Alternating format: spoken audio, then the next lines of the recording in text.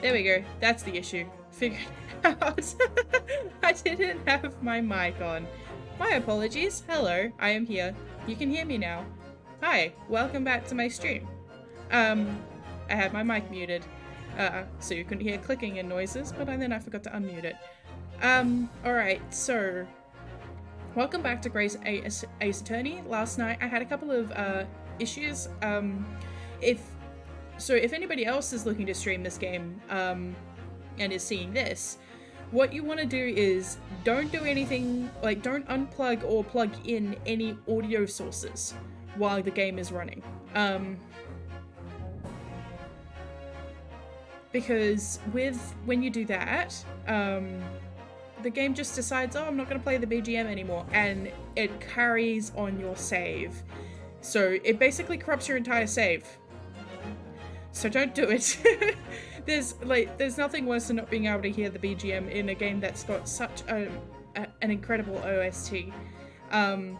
So I just couldn't justify continuing from that point. And I wasn't going to pay through the entire thing again on stream. So here we are, we're back. I'm ready to continue. I've got a couple of backup saves just in case it decides to break on me again, but I have turned vibration off. So in case, again, if you're like me and you've got a PlayStation or whatever controller plugged in at all times, it'll likely vibrate as you're playing. But you can turn that off in the settings. So turn it off in the settings, don't unplug it, otherwise you'll be sad.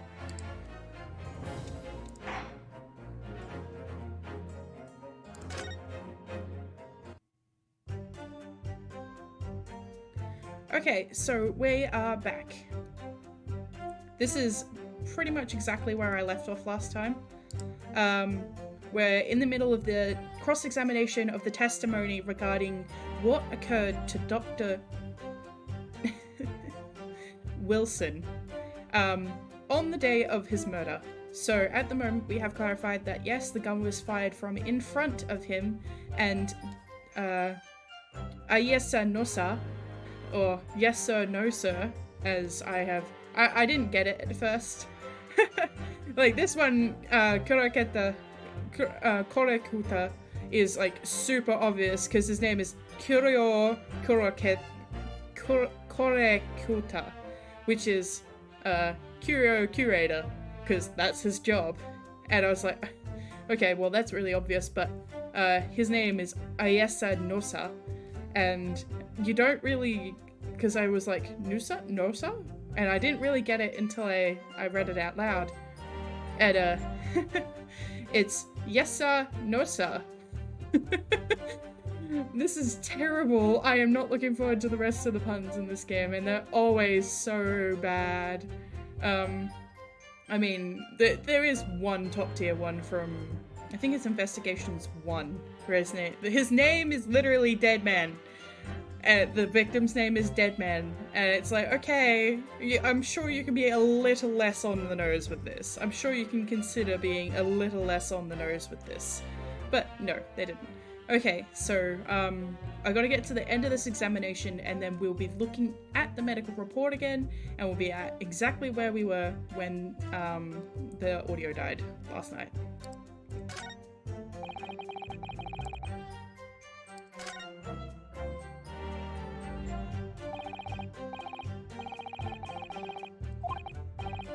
I will be doing voices, but when we get to new stuff.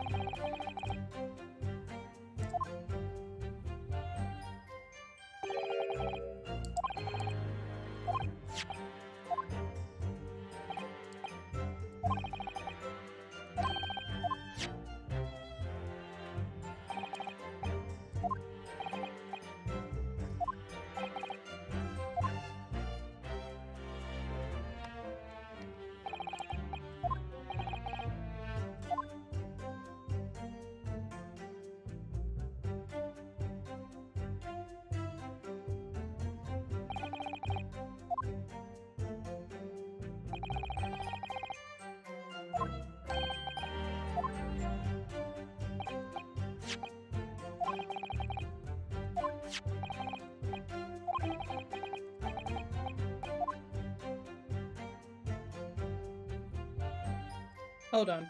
Hang on. I'll move myself in a second. Let's actually have a look at that bit, because I didn't have a look at this label.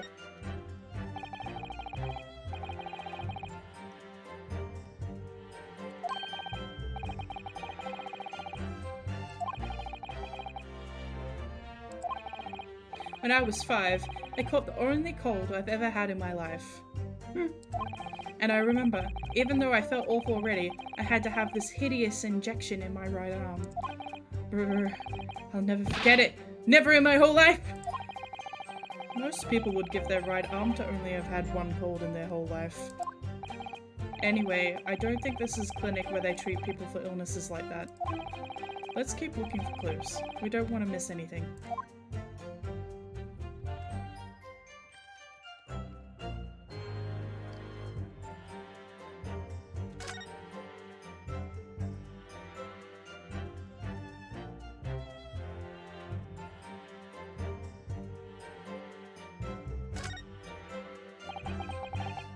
Let's have a look.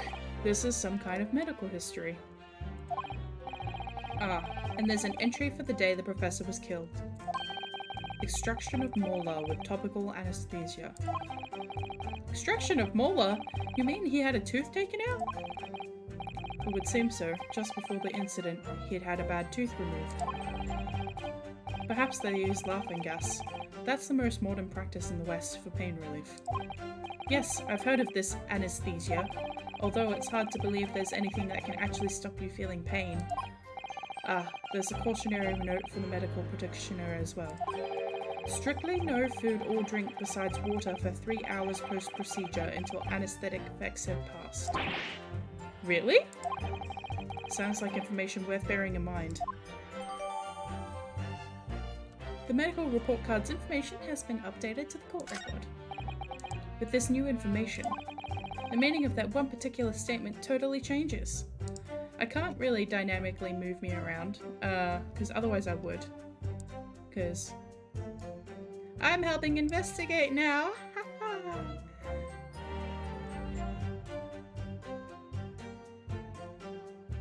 Yeah, no, I'll put myself back. Sorry, Kazuma. But anyway, here's Kazuma's face, and here is Ryunosuke's face, and that's... You don't need to know anything else. There we go.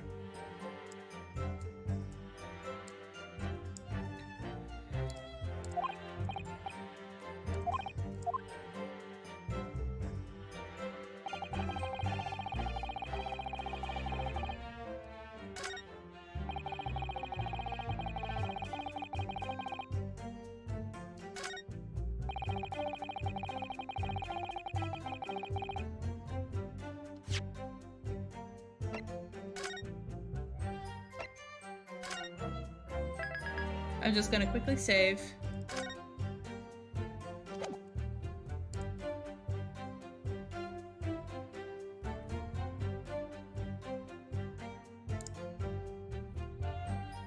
And then we shall continue.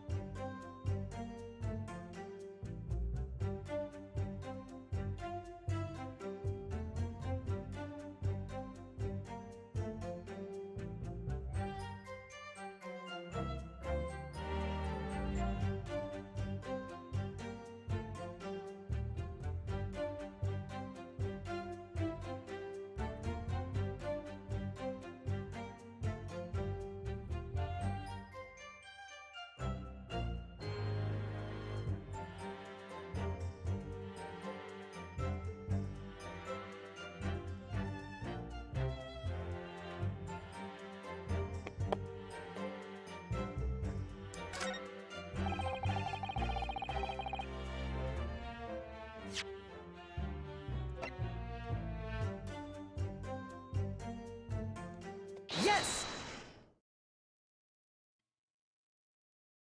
This isn't school, Ryunosuke. Well, I think, what about you doing, lad? Call yourself a lawyer? I wish I could, but first and foremost here, I'm the accused. Ryunosuke.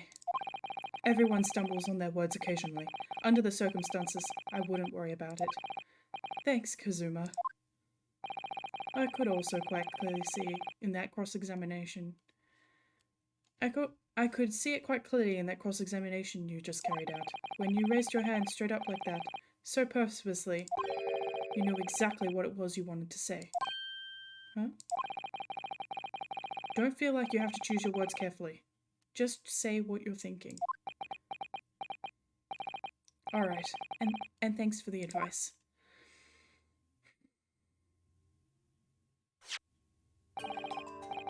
Kodakuta-san, this is a medical report belonging to the victim. I see, and I don't see. What of it, boy? Comparing what is written on this report card with your witness statement. Something clearly doesn't add up. Objection! Yeah, dear me, have you forgotten my words so soon, you amateur?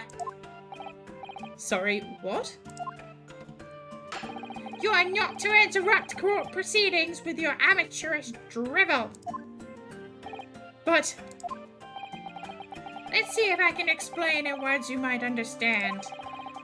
It was after 2 p.m. on the afternoon when the victim was murdered at the restaurant. Whatever he may or may not have done before that time is completely irrelevant. Grr, but that's, Remember, Ryunosuke, you don't have to use clever language or fancy words. Just make your point. Your Excellency, I believe we're finished here. There's surely no need to prolong this trial further. The witness testimonies the court has heard have been clear and concise. This medical report card has no bearing on the matter at all, for the simple reason that there is no one else besides this pale-faced pupil. This medical report card has nothing to do with the case? Do you really believe that? What? That outburst have petrified me, boy. Of course I believe it. How could it possibly be relevant? Perhaps because Hotta Clinic, which issued the report card, is a dental clinic. A dental clinic? Is that supposed to mean something to me? Perhaps if I told you that the victim had just had a tooth extracted? What's this now? And furthermore, if I told you that as a result the victim had been forbidden from eating? Just what are you trying to say, Cadet? He had orders not to eat, so what? It's all written up in here. No food or drink other than water for 3 hours post-procedure while the anesthesia wears off. What? No, that can't. Kodakuta-san! What, boy? What? As you just heard, when he was killed, sometime shortly after 2 p.m., the victim couldn't have been eating anything at all. No. Additionally, there's more? You have assured the court with unwavering self-confidence that the victim was dining alone. But that cannot possibly be the case. Because the victim, as we now know, had one of his teeth extracted and was experiencing the effects of the anesthetic. Expertly done, partner. Objection! What? What is this nonsense? You little upstart!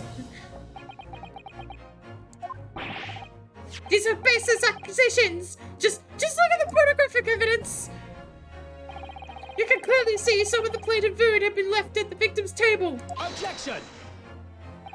Use your head. That's the very discrepancy we're talking about. Or can't you follow the logic? How dare you? I think it's fair to say that the tables in this restaurant case have turned. Wouldn't you agree, Ryunosuke? Yes, most definitely. So having just undergone some dental surgery, the victim was unable to eat. Which leaves one very crucial conundrum. Who, in fact, was eating at the pictured beefsteak? The court will hear the opinion of the defense on this new puzzle. I assume you're ready, counsel. Counsel? Oh, yes. That means me, doesn't it? Alright. The answer to this question is going to be pivotal. This is the start of your turning this trial around. Show them what you're made of. Got it. So, the person eating the steak at this victim's table must have been an as yet unknown third party.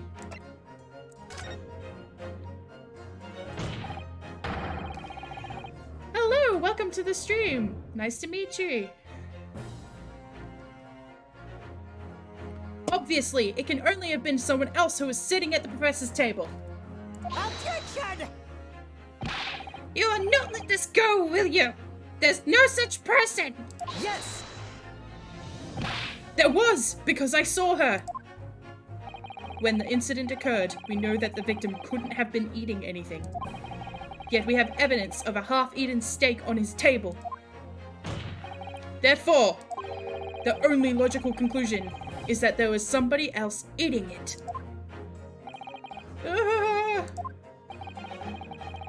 We have strong evidence to support our assertion. It is our assertion. It's clear that these witness testimonies are unreliable. If the court decides to push through a ruling at this stage, we will lodge a formal complaint with the Ministry of Justice and pursue a fair retrial, relentlessly. Kazuma? Are you insane? You would take on the government? Don't worry, counsel. I have no issue with you. What do you mean? I have issue with them. The two witnesses on the stand. What? What nonsense are you talking about? We have demonstrated with evidence that the victim was not alone. So if it now turns out that the two of you deliberately lied when given your testimonies, obviously you will be charged with perjury. Perjury?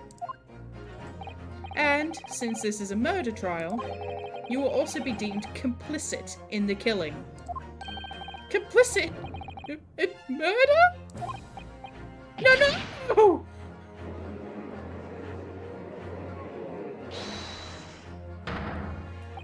Negative! There was no mention of this at the tactical meeting! I was just following orders!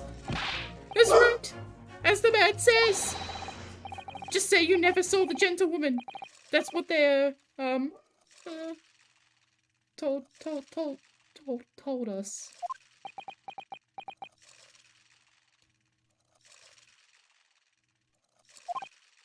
Oh.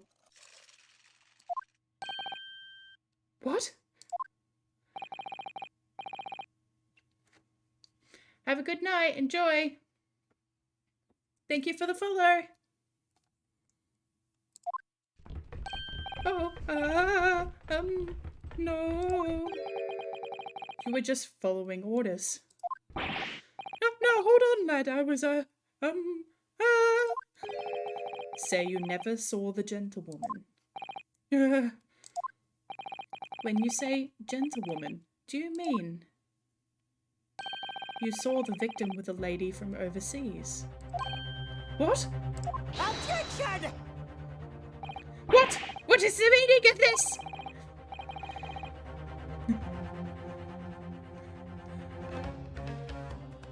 Fair enough. I didn't sleep last night myself. I ended up staying up for 24 hours, but that was okay. I ended up being awake for my entire birthday, so have a good rest.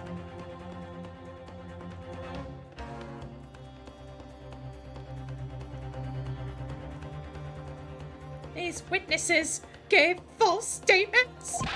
Is this true, you pair?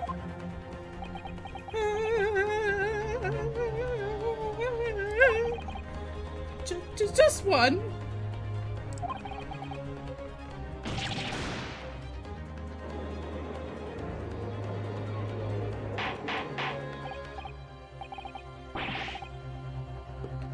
Order! Order! Counsel, explain what is going on here. It's painfully clear now. You tried to prevent these witnesses telling the truth. Absolutely not! The prosecution knows nothing of this! Then who's behind this? Who tried to make you keep your mouth shut? That's classified. So you're prepared to be tried as conspirator to this murder, are you? You wouldn't? This can't be happening!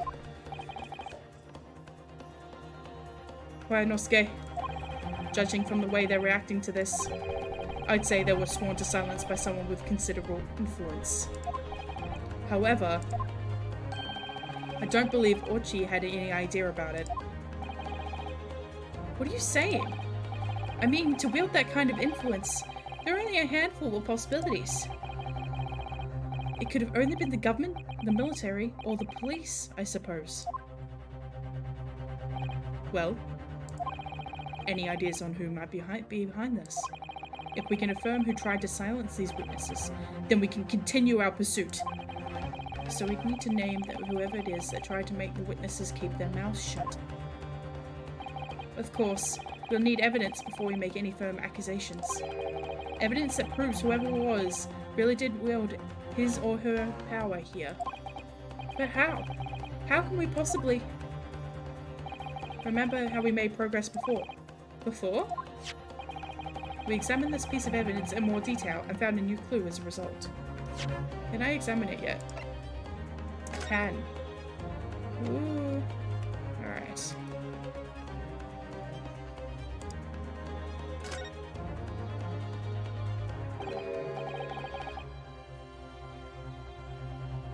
Oh.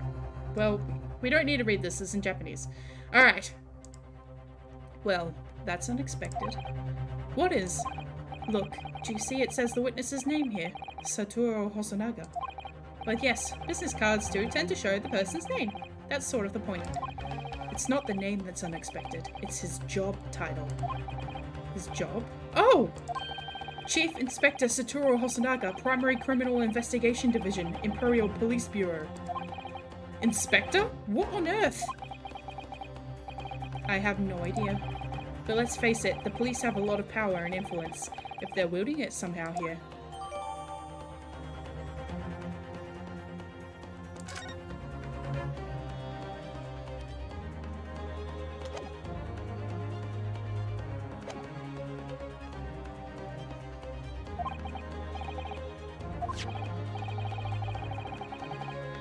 Well, that's not the only piece of evidence we have, is it? We need to re-examine everything and make sure there's nothing we've missed. There's no time to lose. I want answers. If it's proven that these witnesses have been manipulated, I assure you, the penalty will be severe. Please, wait, Your Excellency! I had no idea about any of this. I swear to every Shinto god!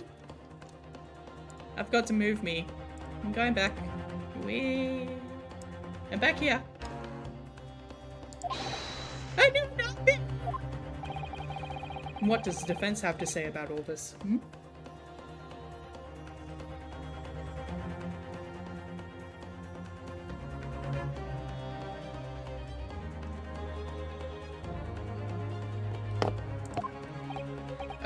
Well, Your Excellency. No time to think. I'm just going to have to close my eyes and shout out the first name that comes to my head.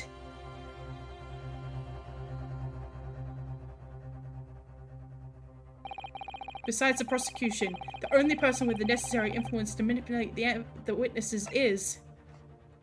Yes! Well, surely that would be...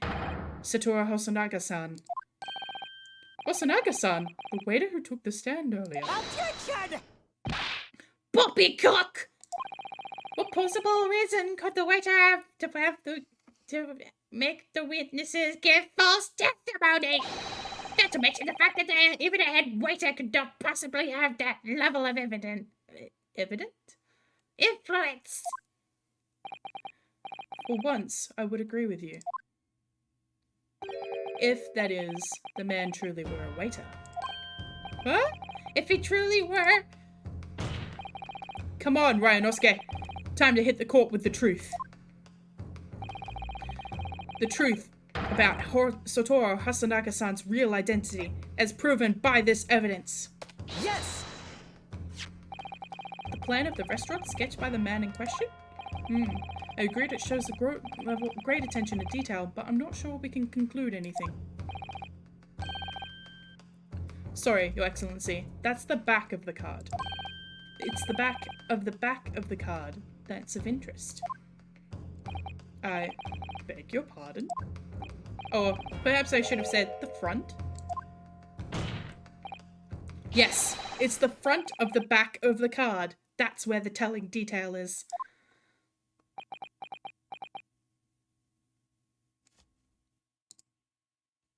Will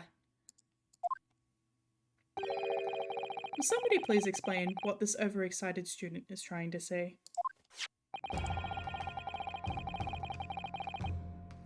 Hasanaka-san sketched the plan of the restaurant on the reverse side of his business card.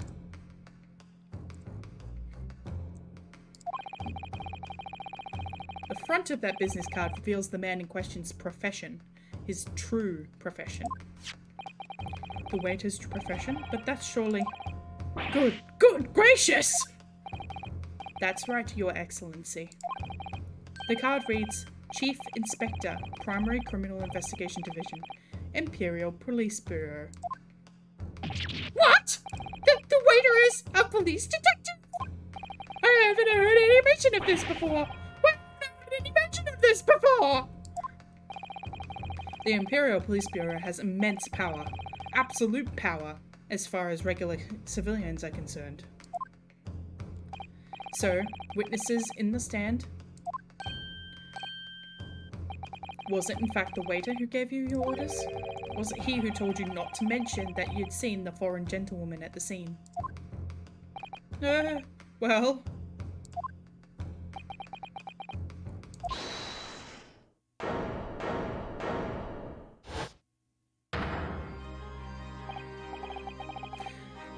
Inspector Hosonaga! I was worried something like this may happen.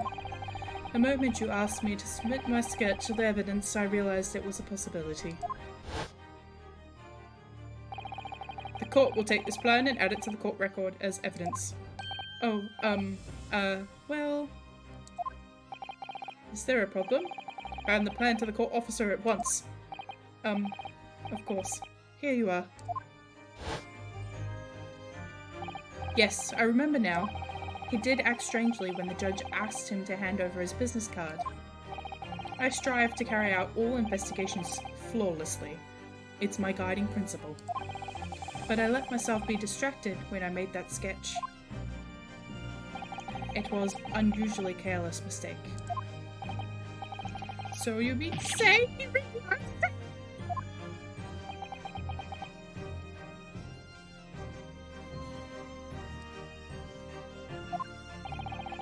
But why would a detective be working as a restaurant waiter?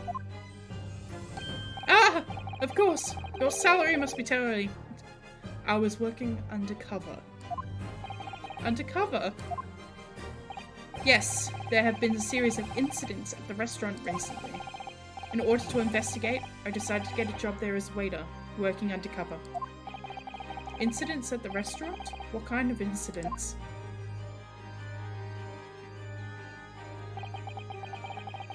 That would be classified police information, which I am not at liberty to divulge. However, I can state categorically that they are unrelated to this case of homicide. Very well then, Inspector Hosonaga, but you will elaborate on one point for the court. Of course, Your Excellency. We have just heard new information from the 2 witnesses beside you that at the time of the shooting, there was in fact another person present at the victim's table. If that is indeed true, clearly you would also have to been aware of this person's presence, having served at the table in question. However, your testimony did not allude to this other diner. However, therefore, I am led to assume that in your professional capacity as a previous police officer, you required these witnesses to be in agreement. Would that be correct?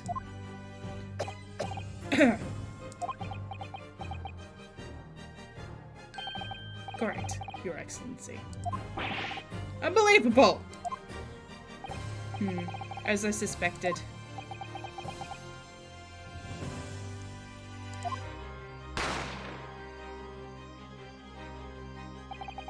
As soon as I heard the gunshot, I ran out of the kitchen to see what had happened. The victim sat slumped in his chair, and beside him, gun in hand, stood the accused student. Sitting opposite the victim at the same table was a young lady, who I guessed to be an Englishwoman. So the truth comes out. I immediately sailed off the restaurant and reported the incident to the bureau. It was then that I received some special orders. Special orders? You mean to say, remove the Englishwoman from the scene at once. It was made clear that the Englishwoman's presence at the restaurant was to be concealed. Those were my orders. But what if this Englishwoman was the killer? I think it would be in everyone's best interest not to pursue that idea. The Empire views friendly terms of relationship with Britain more highly than anything at the moment. An Englishman has been murdered on our soil. To name an Englishwoman as the primary suspect, well, without irrefutable evidence, that would be completely out of the question. So that's the reason for the disappearance of the Phantom Woman in this case. But it's not right!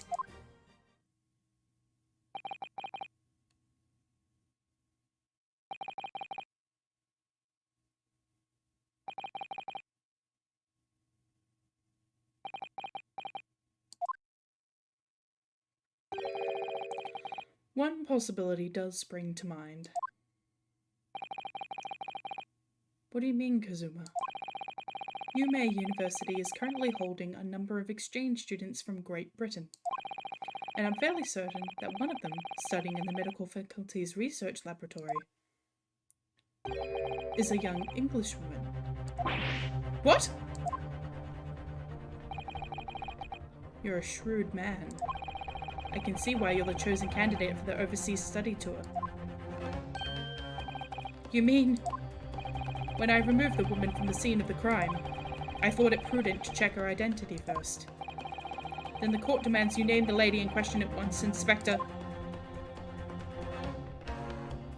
The Englishwoman sitting at the university professor's table was a certain Miss Giselle Brett. She is indeed a foreign exchange student studying at the research laboratory of Yume University's medical faculty. What?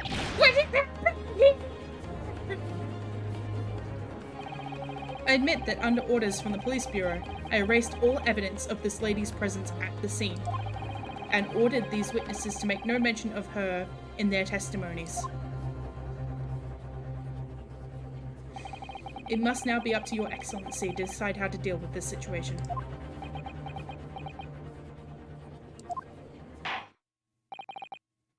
Very well, my thoughts on the matter are as follows. Thus far, the case presented to the court has been underpinned by a particularly critical premise, namely, that the victim was dining alone.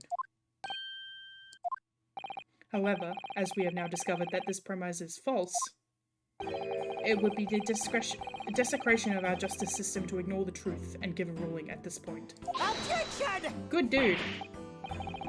But, Your Excellency! That would be missing in the noon deadline of a ruling in order to send to the telegraphic report of Great Britain. Our own government will surely be very displeased by such actions. Calm yourself, counsel. I will not allow the government of our country or any other to influence the proceedings of my courtroom. Inspector Hosonaga, Yes, sir? You will locate this Giselle Brett and escort her to the courtroom with the utmost urgency. At once, Your Excellency. And that means you'll be going against the special orders you'll be given from the police bureau. As I said before, it is my guiding principle to carry out all investigations flawlessly. So, it won't be a problem?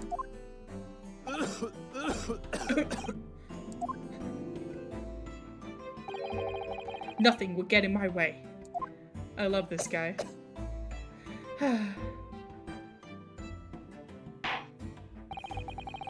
He's got so much energy for a guy with tuberculosis. The prosecution must call the English student Giselle Brett to the witness stand. Do I make myself clear? Yes. Your Excellency!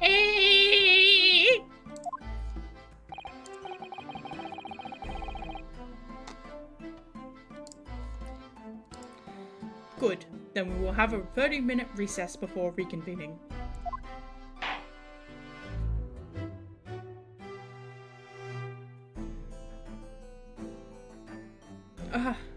If only the stream hadn't broken yesterday. I could have paused it there, but we are continuing today. I am planning to finish the entirety of Case 1. I'm not sure whether or not I'll continue the game from there. But I'm definitely finishing Case 1 today, so no matter how long it takes me, or how bad my throat gets from doing the Orchi voice. Orchi voices, ouchie.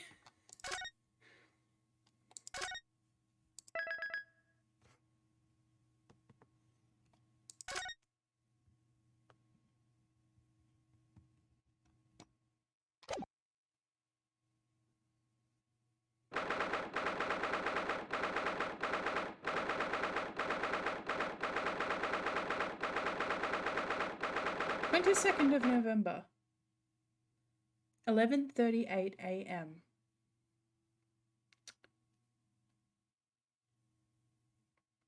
Supreme Court Judicature Defendants Antechamber 5.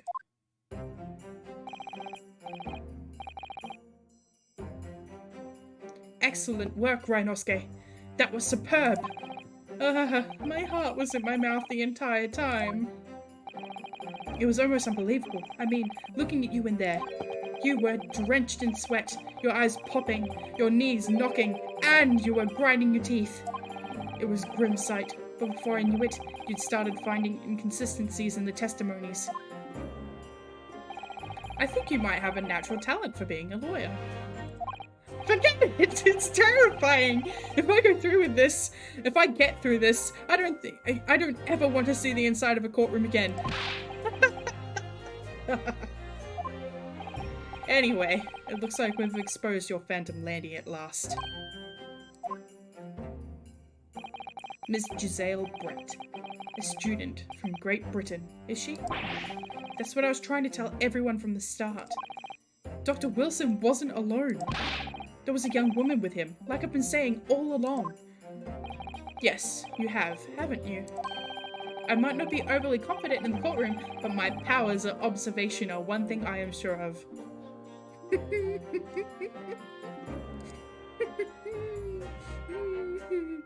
Are you sure about that? Yes, I can see that. So, about this young gentlewoman. Thanks to our detective friend, she was hastily escorted away from the scene, it seems.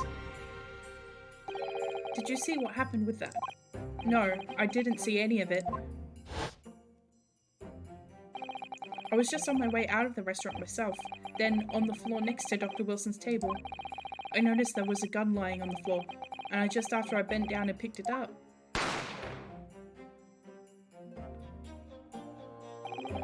I didn't have time to think about where the sound of the gunshot had come from. The waiter ran over to me, looking as white as a sheet, and then he bundled me into some sort of small pantry next to the kitchen.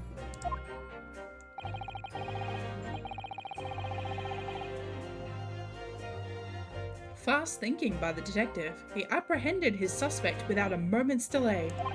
Yes, and because I was shut in the pantry, I have no idea what happened outside the dining area.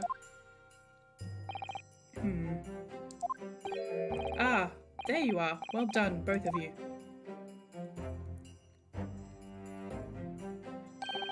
Professor Mikotoba. Well, seems I was right. The pair of you make an outstanding team. You've exceeded my expectations, I have to say. Yes, it seems you planned this from the start. You arranged things so I wouldn't be able to act as a lawyer in this trial.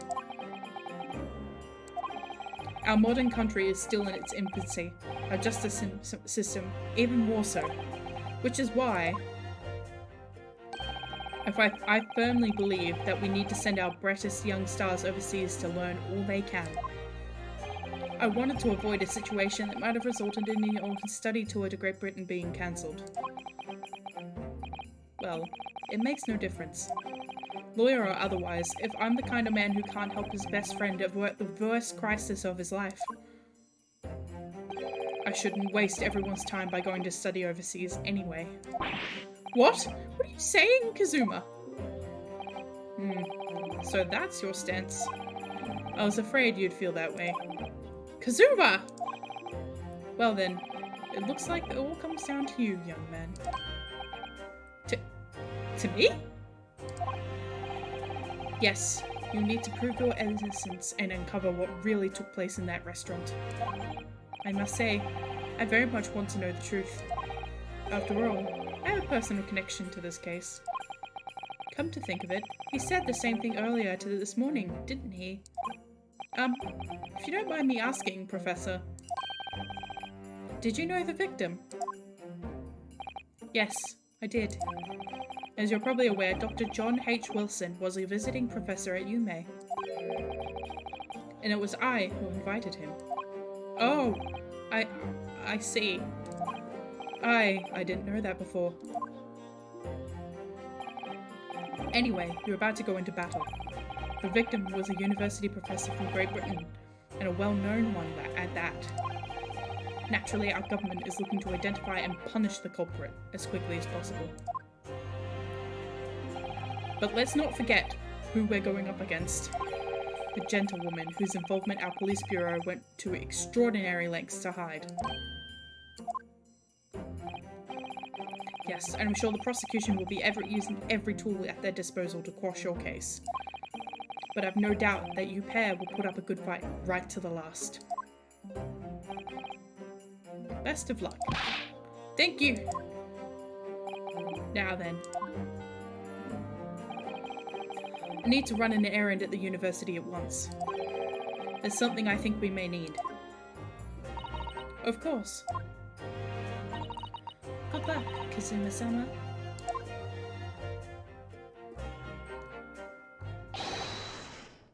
Defendant Naruhodo!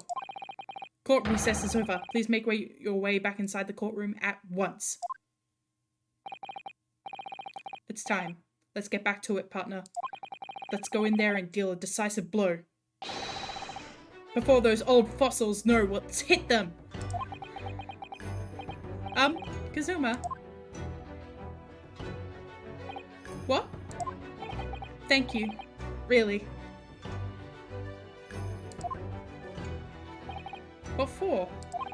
Well, if you hadn't said you believed me, then I'm fairly sure I'd already have been found guilty by now. Look, I have faith in you. As a lawyer, and as a friend. Coming from you, that means a lot. If I'm found guilty in this trial, he's really going to give up on his dream of studying abroad. That's the kind of true friend he is. So this isn't just my battle anymore. Whoever we're up against, we absolutely cannot afford to lose. Alright then. I'll save the thank yous for after the trial.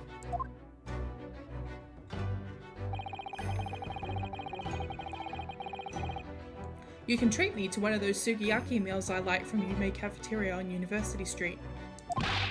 With an extra large portion, of course.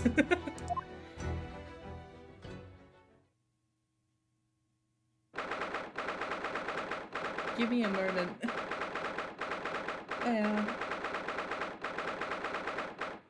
gone emotional for the sec there. I can't hear Asugi's theme without, just, feeling the power behind it.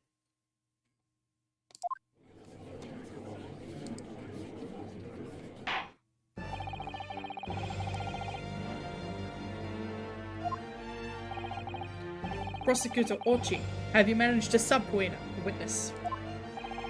Yes, Your Excellency, against all odds. And thanks to a certain lost stripling, the prosecution is now under rather painful scrutiny from the government.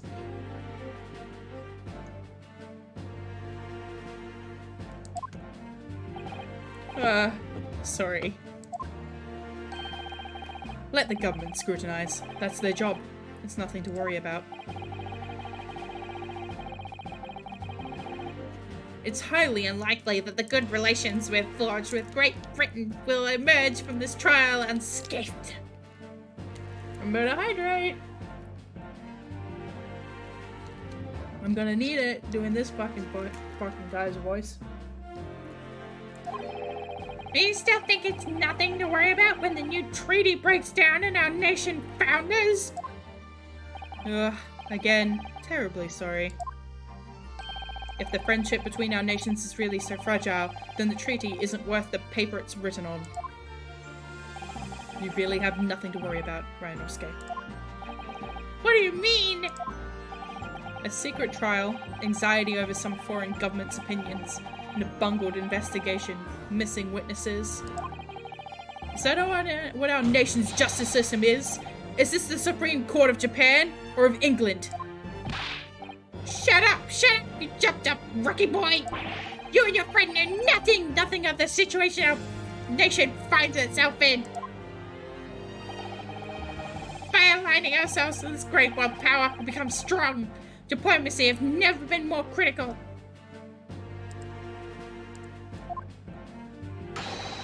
Sturdy political maneuvering is what will secure our futures. I won't deny that I'm no expert, I'm just a student, and one who could arguably study harder too. But standing here now in a Supreme Court, there is one thing I feel very strongly. A country that fails to uphold the truth in its justice system is a country with no future at all.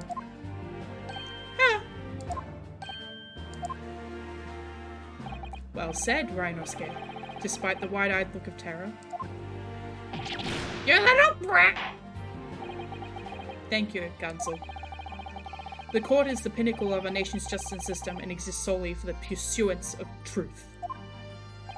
With that in mind, this trial will now resume with the witness taking the stand. The visiting student from Great Britain, Miss Giselle Brett. Yes. Your Excellency!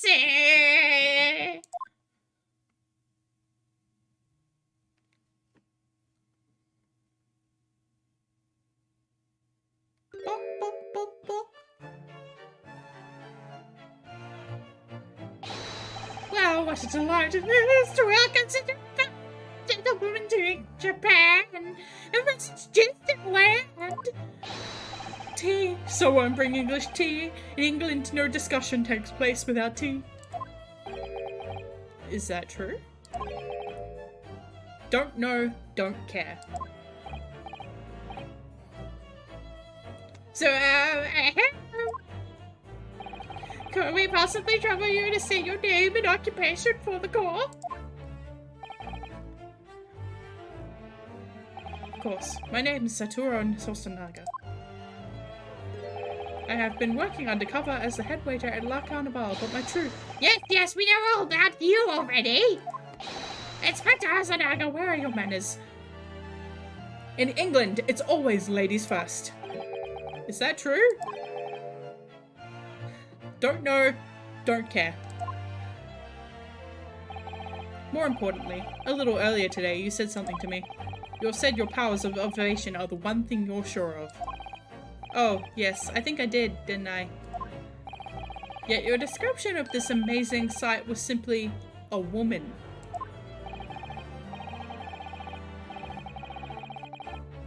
Sorry, Ryunosuke, but powers of observation aside, your powers of description are sorely lacking. Guilty. So, dear lady, once again, if we may trouble you for your name and occupation, please.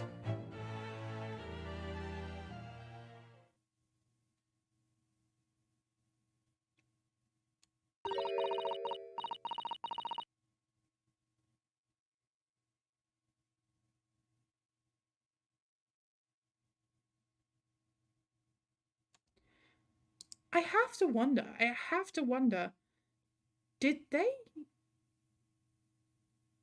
I mean, obviously the entirety of the second game is translated, but based on the translation I have experienced so far, especially with Orchi's name didn't get changed. Orchi, it was presented as Orchi in what was it called? It was, so in the Scarlet Letter translation, I'm beginning to I can't say it, you know, Capcom ripped off Scarlet Letter, because it was a fair translation in the first place. But did they consult them on this, or did they take the translation? Because this here, the way the text is done, the way the text is handled,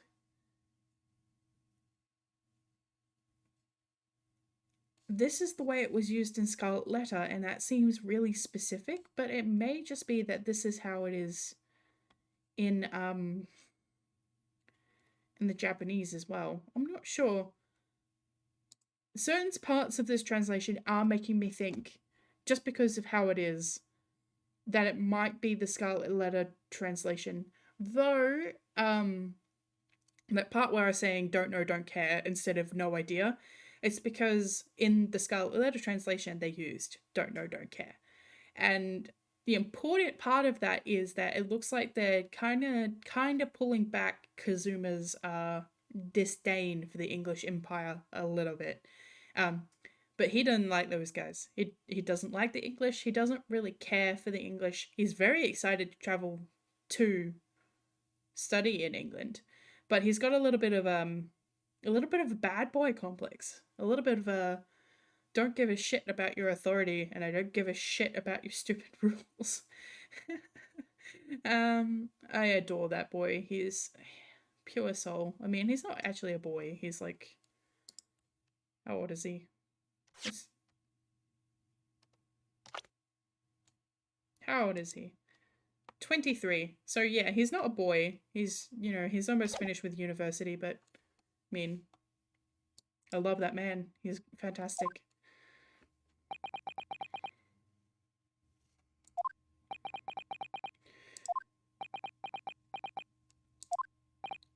I'm terribly sorry, my dear lady, but... What?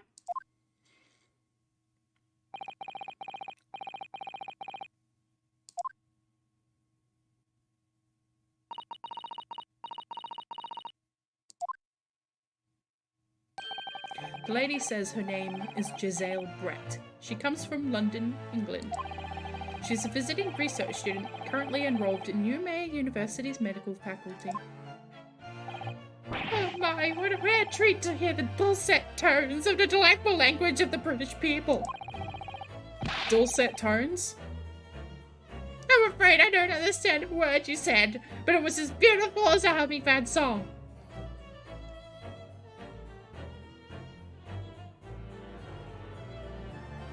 If you've ever heard anyone speak English, it ain't beautiful. I mean, we can make some nice music, but... nah. Hydrating.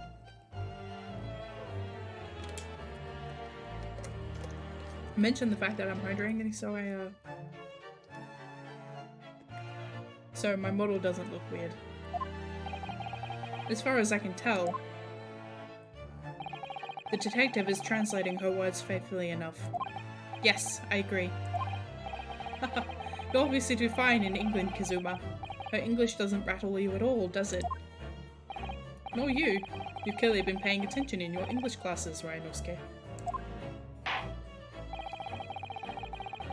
The judge thanks the beautiful lady for taking the stand. Now, if we may trouble you to confirm something, Miss Brett.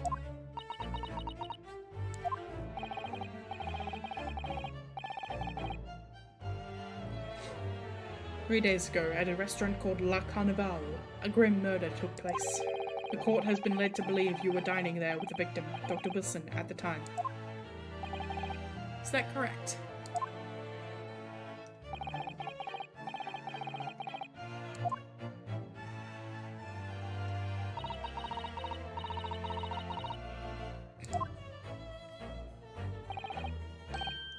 She says, yes. This could take some time. So even though she's studying here in Japan, she can't speak any Japanese.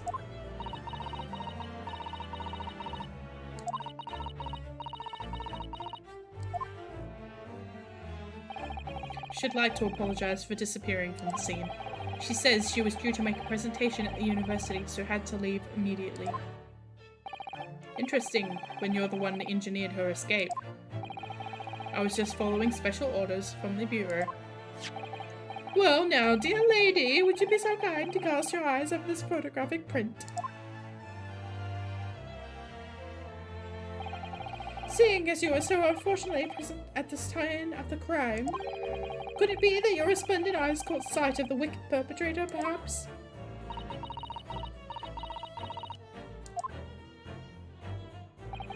Apparently, it was a very frightening and sorrowful sight. Yes, it would appear that the lady did witness the crime. The very moment when the accused, standing right there in this courtroom, shot the victim in cold blood.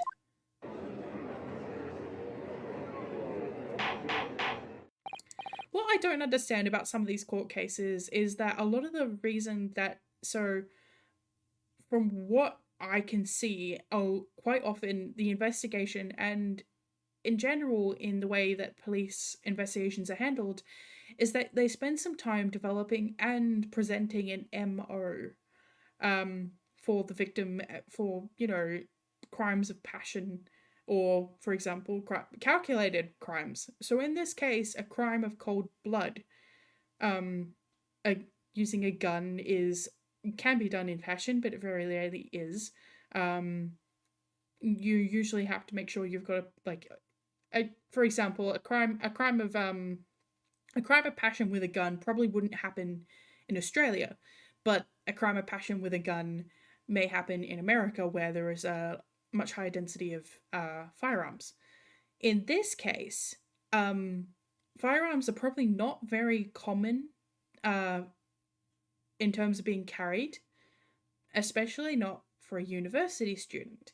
And not only is he a university student, but he's not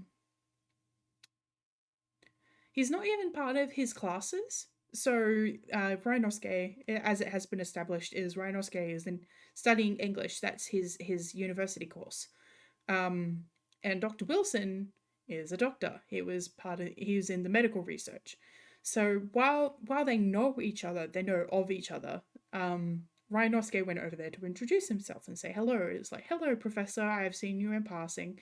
Dr. Wilson is obviously quite, this is a universe where Mr. Herlock is an actual figure. And in this time frame, his stories are well known. And Mr. Wilson is, so regardless of which way you put it, either for the fact he's an Englishman, or he may have known him as a basis of the fact he's just a university professor, or on the basis of the fact he's a well-known writer and documenter of the Sherlock stories, there's every reason for Ryunosuke to have known him only in passing. But there's no way or reason for Ryunosuke to know him on a personal level.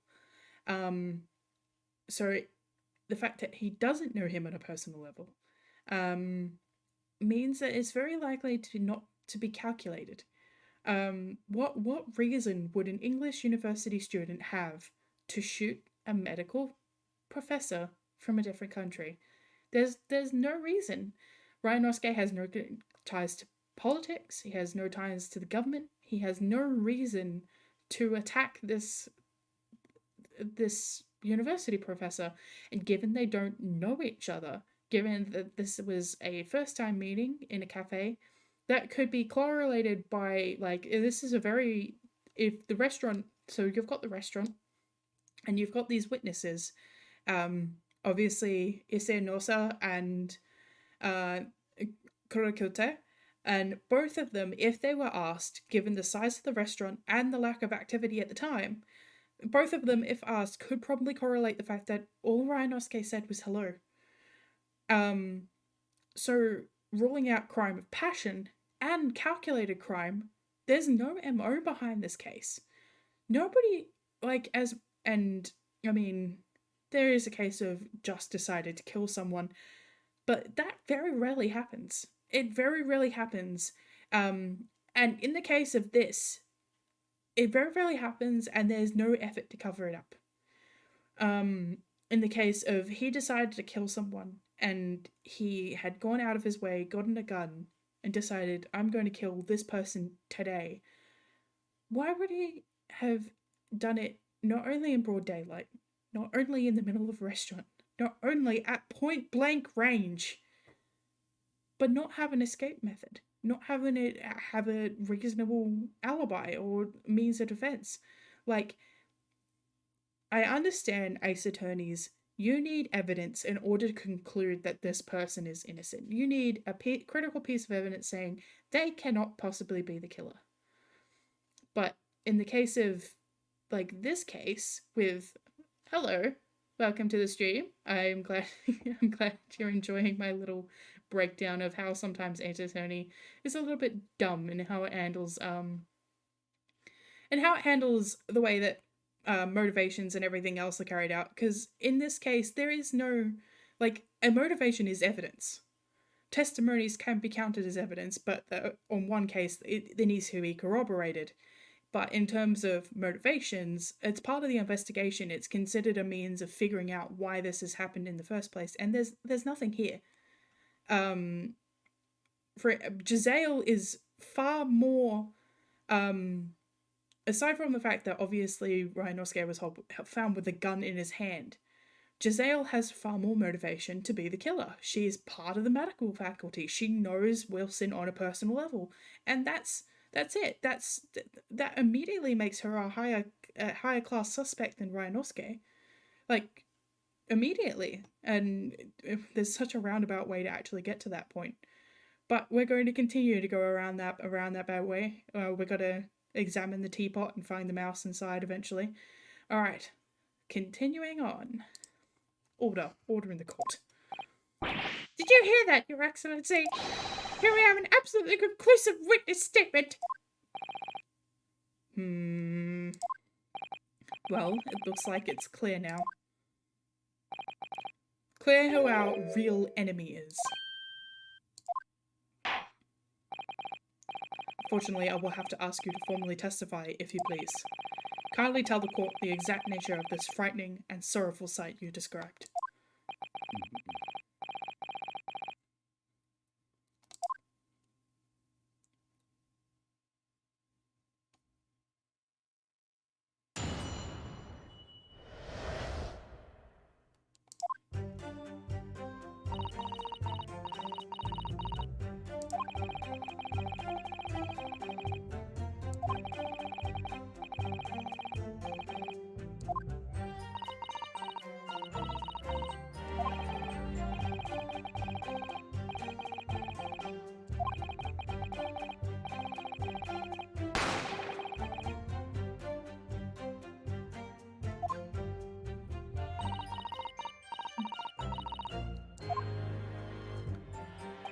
I don't carry a gun myself, so obviously I couldn't have been the culprit.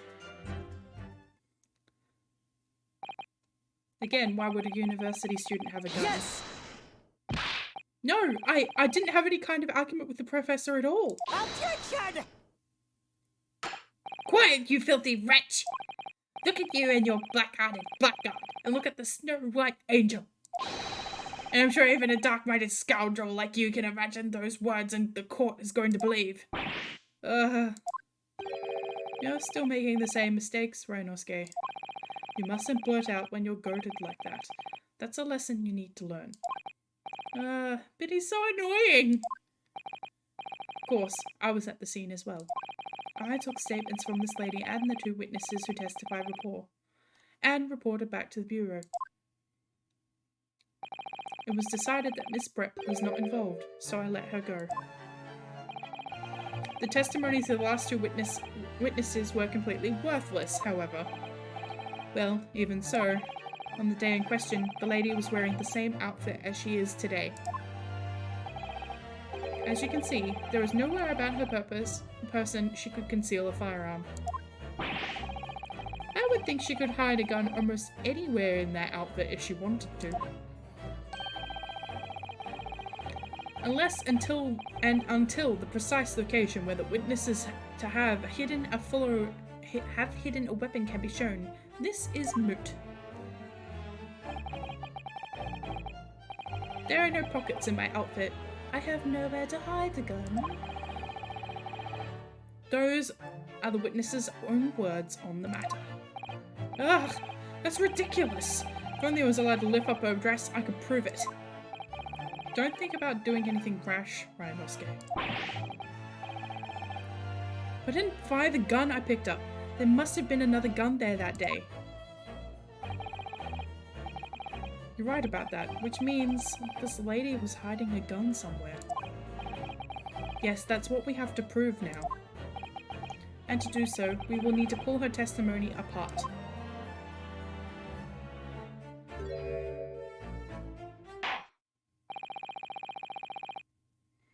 The defense may now cross-examine the witness.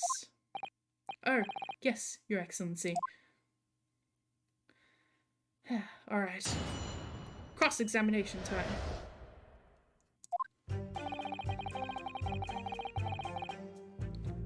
Alright,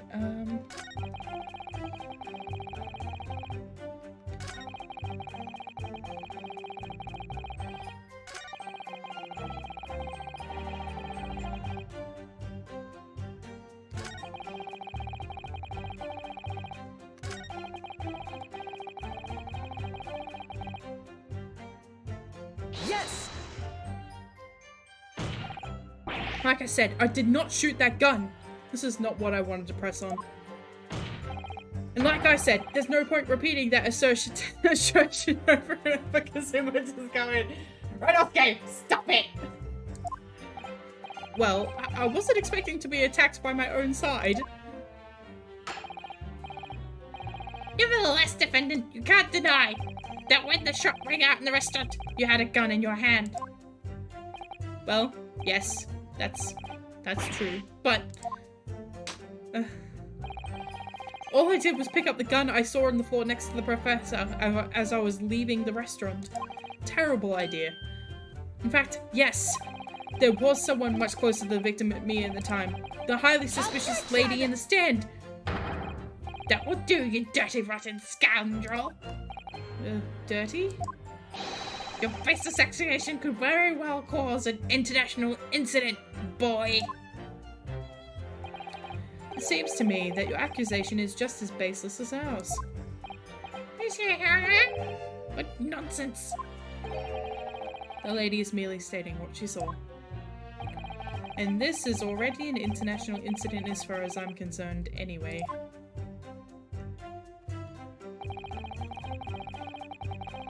So that was not the statement I needed to press on, because there's none of this that has an actual...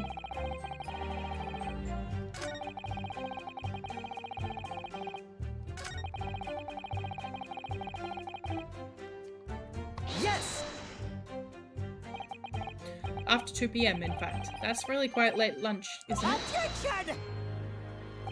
You don't keep up with the latest fashions from Britain, do you? Late luncheons are en vogue.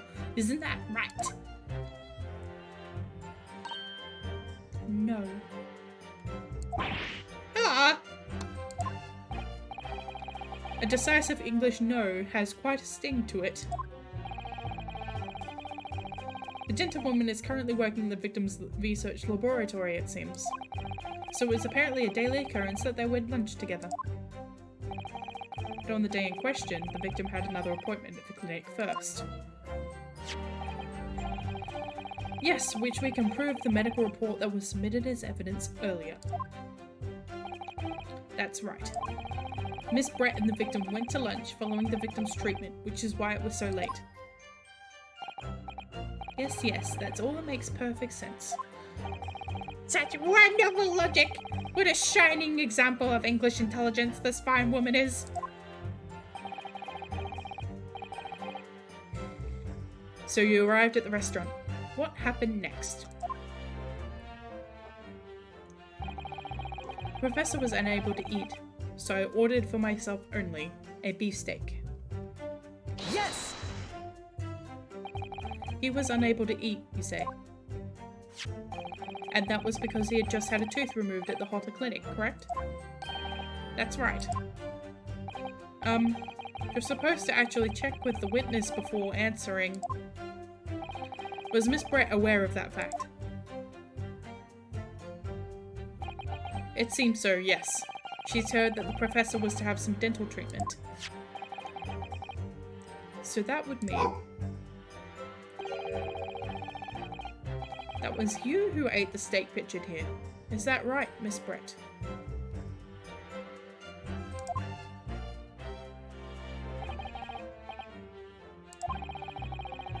The print that you have there shows the table exactly as it was, left after the horrifying events.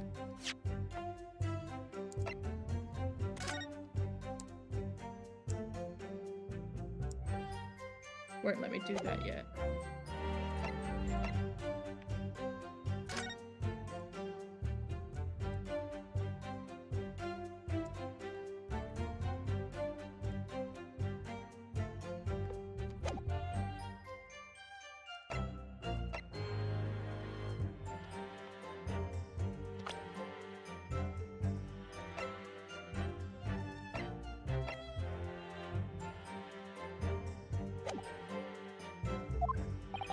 Exactly as it was left? Dear me, what a horrifying experience!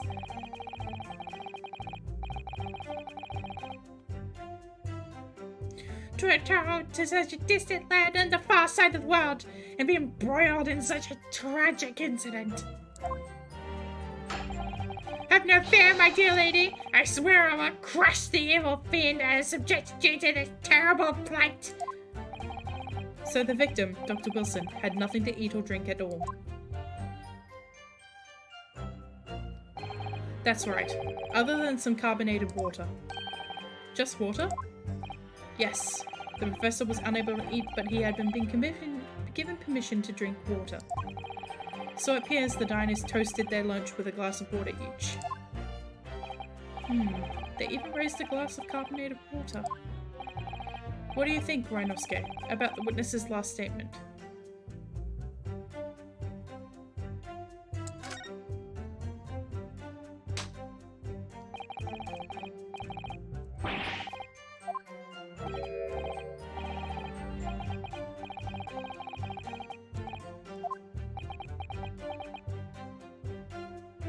I just wanted it added to the testimony. Except there was only one cup here. That's right, okay.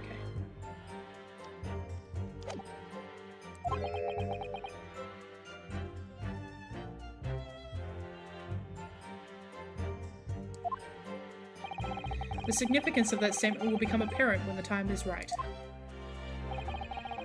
The defense calls for the witness's last statement to be formally added to testimony. Well sidestepped, counsel.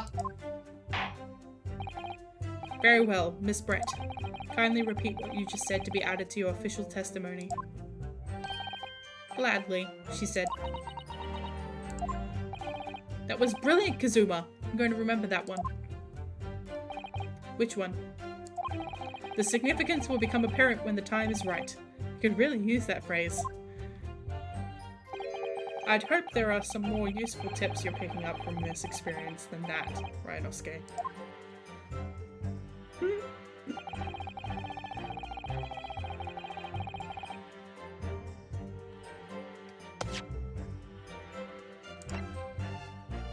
Yes! Oh. That's it! Let me just confirm something, please. It's to do with this photographic print. Just a short while ago, you spoke of this print showing the victim's table at the crime scene, that it was exactly as it was left.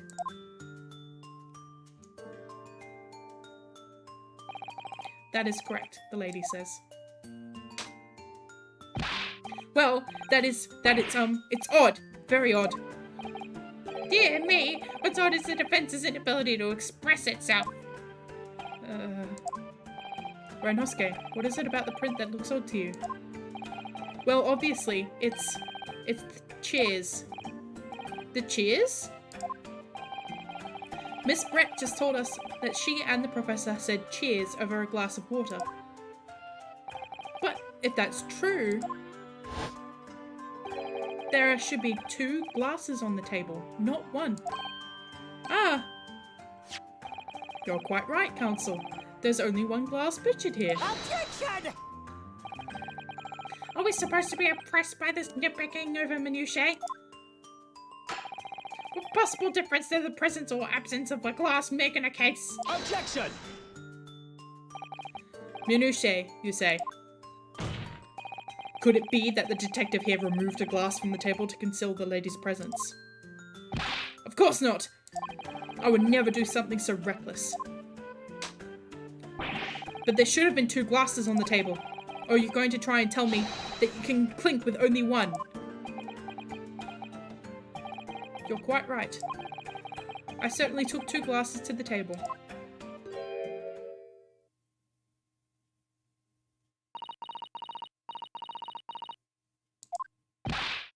Inspector, what did the lady say? It would seem that Miss Brett took the glass from the table. What? It was also terrifying, everything that happened. I panicked and thought I should try to hide the fact that I had been there at all, she's saying. Good gracious.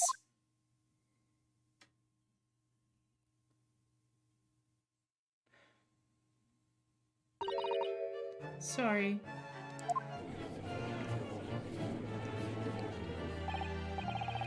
There, as I assured the court before, this is of no consequence at all. Oh, please. We must remember that the student just murdered this lady's luncheon companion before her very eyes. Who can blame her for concealing a glass or 2 in a state of disarray? That's absurd! Oh, really? So I take it you're now going to accuse this vulnerable young woman of mischief? What? No. This can't be put down to mischief. I'd like to know exactly how the lady took the glass from the scene.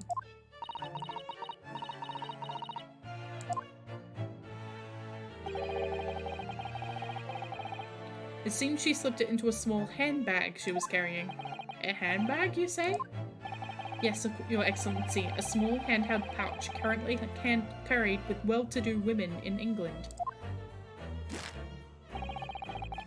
So the beautiful young lady has graciously explained how and why she removed her glass from the scene now. However, the fact remains that this glass has absolutely no bearing on the case. The student has been trying to confuse the court with logical reasoning, but in the end, it comes to nothing. No more pretentious accusations. You have wasted enough time already. Indeed, the lady has offered a satisfactory explanation as to why she removed this glass.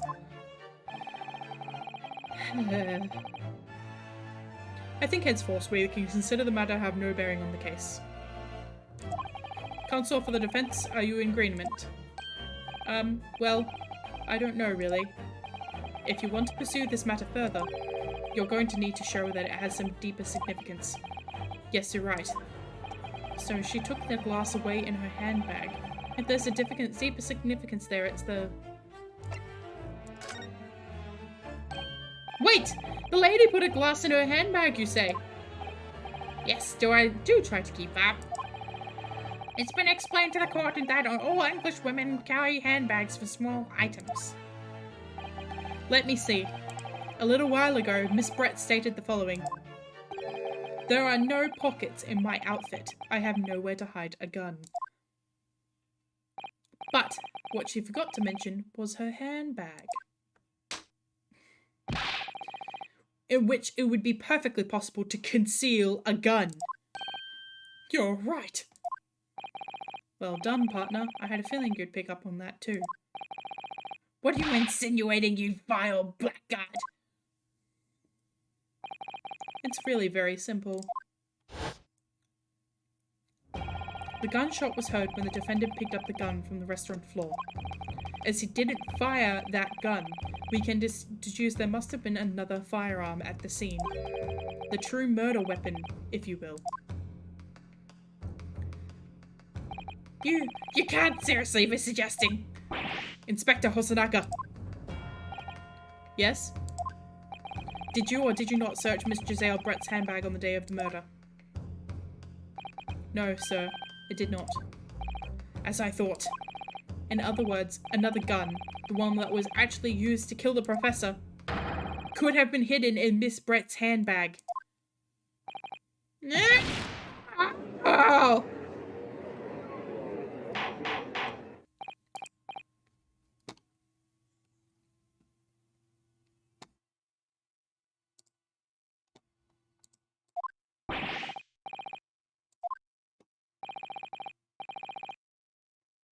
The meaning of what, Prosecutor Orchi?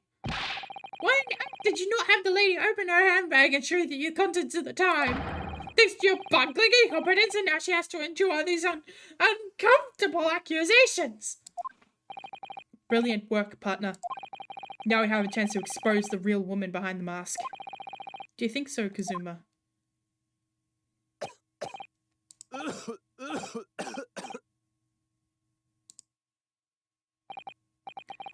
Well, what a sorry situation.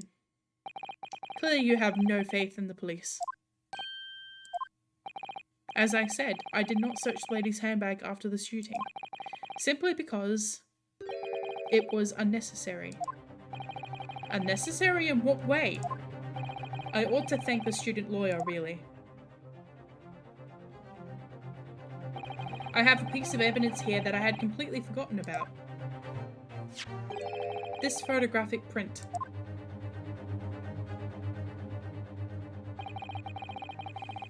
This is a print of a photograph that I thought would be prudent to take immediately after the shooting. As you can see, it clearly shows Miss Brett's handbag. Well, I never! You can see right through to what's inside. That's right. Apparently, meshwork bags like these are the height of fashion in London at the moment. So the contents are clearly visible. Exactly. So there was no need to search the lady's handbag. If there had been a gun inside, it would have been immediately obvious. Aha! As you can see, there's nothing to imply Miss Brett's guilt here.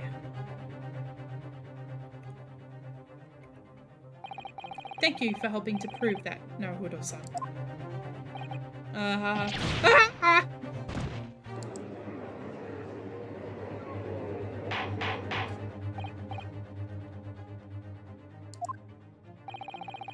Inspector Hosonaga, you will submit the print as evidence at once.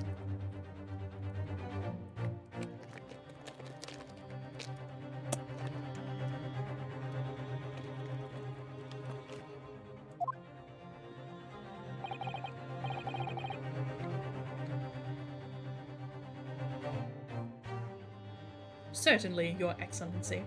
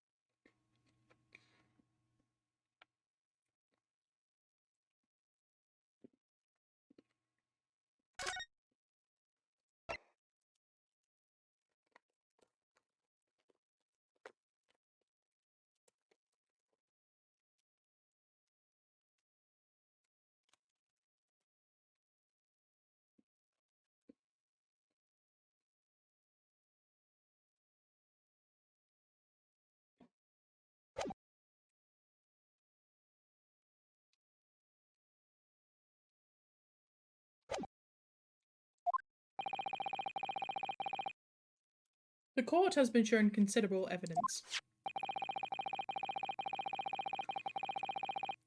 As the photographic print submitted to the court appears to have no further significance, I am satisfied that there is no longer any room for doubt on this matter, and I must make my ruling.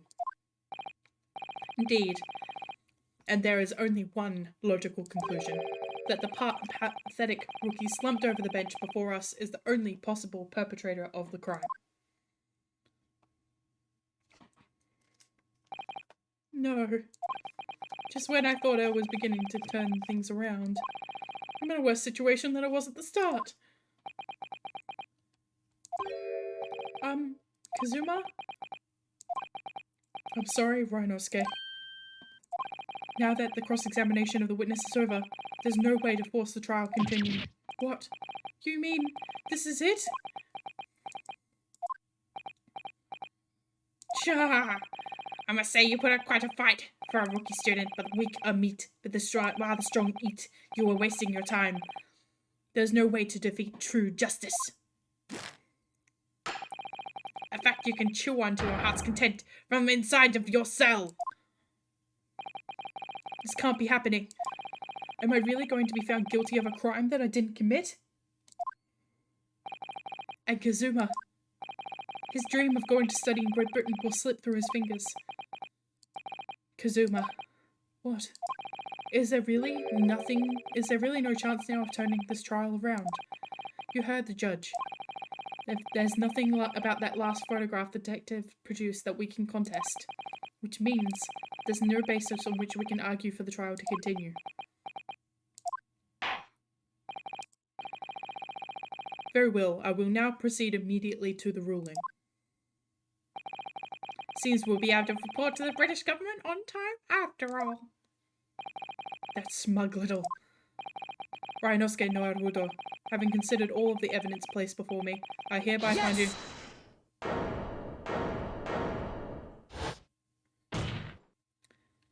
Wait, Your Excellency. Ryunosuke? I don't think you can rule on this case yet. Objection! This amateurish is getting tedious. When His Excellency deems the trial is over, here goes his ruling. That is the most basic protocol of the court. Yes! Your Excellency, just a moment ago you said this. That as the photographic print submitted appears to have no further significance, there is no longer any room for doubt on this matter, and I must make my ruling. Now that means if there was a problem with the evidence, some significant detail I mean, then the ruling on the case at this time would be out of the question. Objection! This is blatant straw clutching! Look at this photographic print! All it shows is the handbag that the gentlewoman was carrying on the day in question. There could be no problem with this evidence. You'd better know what you're doing, Ryunosuke. I understand your objection, Counsel. Certainly, the new evidence submitted by the detective has not undergone the court's scrutiny. However, I fail to see how we can glean any new information from this handbag. Ha! My thoughts exactly. Really, the prosecution is becoming tired of this rookie's desperate wheezes. Yes, I am desperate. This isn't a wheeze. There's something about this photograph which just doesn't seem right. If only I could put my finger on it. Very well, I will grant the defense one final opportunity. What? But be warned that if I am unsatisfied by your response here, the trial will be over with an immediate effect. Do I make myself clear? Yes, Your Excellency. So, take another look at the photographic print Inspector Hosonaga submitted before. It's still saying one penalty, but I feel like we should be highlighting all the penalties.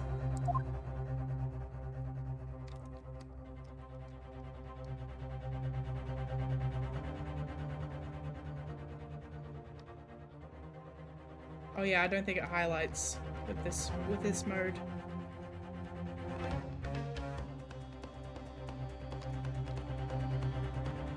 Yes!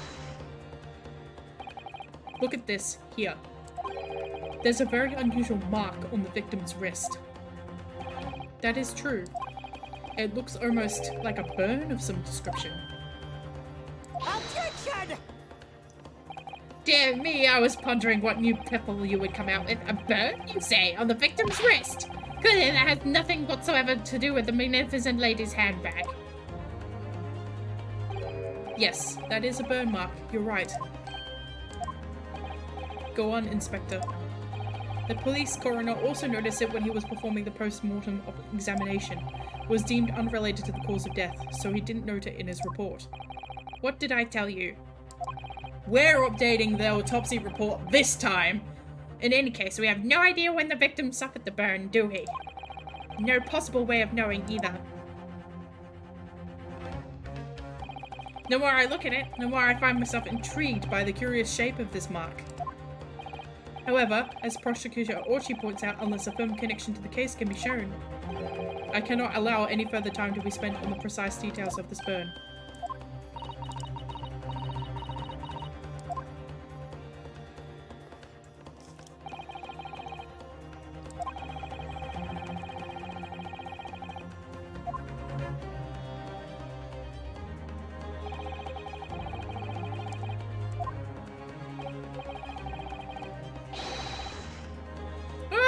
Of course, dear lady, we shan't hold you up any longer.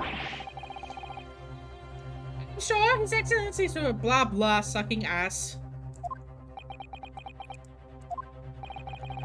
What's your thinking on this, Ryunosuke? Do you believe the burn does have something to do with the case? To be honest, I'm not really sure. But if I don't keep pushing, then it's all over. So I was thinking I should keep digging and digging, in the hope that I might uncover something useful. Yes, you're right. I am? If we can just link that burn to the case. If we can do that, we might be able to prise this shutting door back open again. Just give up, Counsel. You can't possibly hope to do that. I'm indeed afraid without evidence I cannot allow you to pursue what is little more than conjecture.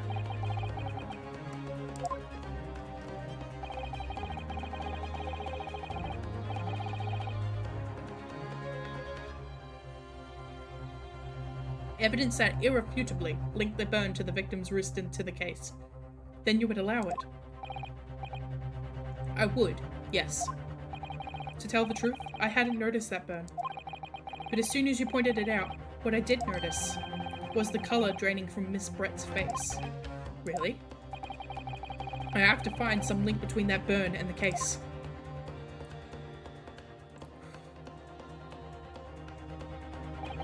This is the moment of truth. It's time to find some evidence that proves that what that burn really means. So then, the defense will now present its evidence to the court. The evidence that demonstrates an inextricable connection between the victim's burn and this trial. Yes. Yes!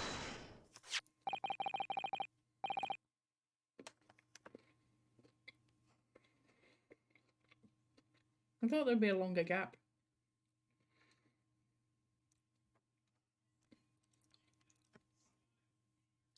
What is this, Counsel? Yet another print? Yes, Your Excellency. I believe photographic prints are an amazing invention.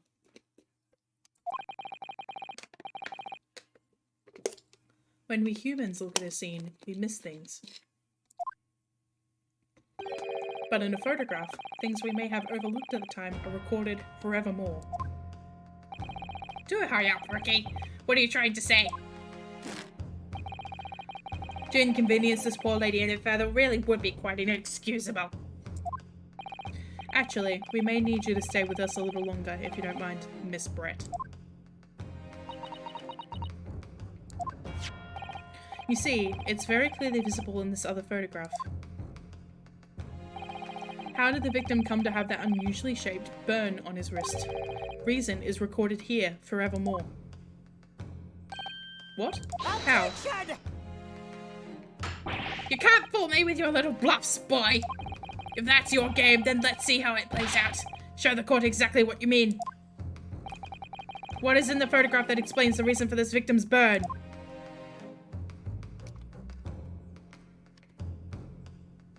Yes! The beefsteak? Actually, the point is the metal plate the steak was served on. The plate? Your Excellency! Are you alright? As you can see, there's an emblem on the plate. I would guess it's some sort of trademark of La Carnival. Ah! This emblem on the plate. And the victim's burn are exactly the same shape. Ah! Ryunosuke, you genius! You're spot on. Which means the victim must have suffered this burn while he was present at the restaurant. Objection! But even if that is the case, we can't know if it happened on the day in question or not. It could have been the day before, the day before that, or most likely happened some other unrelated time. Well, Objection! Sadly, Prosecutor Ochi, the chance of that are extremely slim. Thanks. Why? The outline of this burn is clearly discernible. Such a serious injury would have caused quite a commotion in the restaurant. Wouldn't you agree, Inspector Hosonaga? I can't imagine having missed such a terrible disaster, certainly. But... I would say, looking at the picture of the wound, that it wasn't suffered very long ago. And, although not a particularly large burn, it's extremely well defined, as the defense just pointed out. This was no mild burn, that's for sure. Can you be more specific, Inspector? Well, let's see. If the plate was around 90 degrees centigrade, burn like that would have taken around 3 seconds. It's inconceivable the victim wouldn't have let out a scream of pain then. I've been investigating at the restaurant for several weeks already, but I've not heard anyone scream at all. As the head waiter of La Carnival, I can testify to that without hesitation. But you're a detective, not a waiter! Yes! There you have it. Something isn't right here. As the detective said, anyone who burnt themselves on a piping hot plate for 3 whole seconds would scream in pain. There's no question of that. And yet Inspector Hosonaga never heard the professor scream, not on that day, or any day before it. That's right, and the strange thing is, on the day he was shot, I didn't hear him cry out either. What are you suggesting? Well, if the professor had carelessly laid his wrist on a plate for anything like 3 seconds that day, that would be beyond careless, I think, Counsel. Then he would, the rest of us in the restaurant, myself, the sergeant, the old antiques dealer, all of us, without any question, would have heard him scream. Wouldn't you agree, Prosecutor Ochi? Well, yes, I suppose. So, the question is, why didn't a single person hear Dr. Wilson scream? I almost don't believe it. Ryunosuke, do you think? Can it really be true? I never dreamt we'd arrive at a conclusion like this, but I'm starting to think that maybe. We've been led into a terrible trap.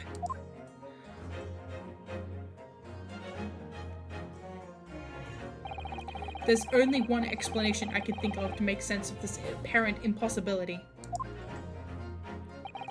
On the day in question, when he suffered the burn to his wrist, Dr. Wilson was already dead.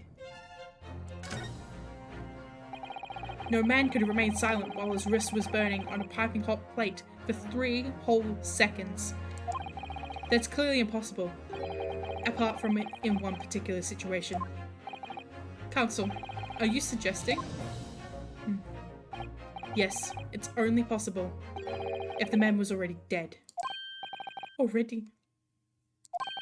Dead?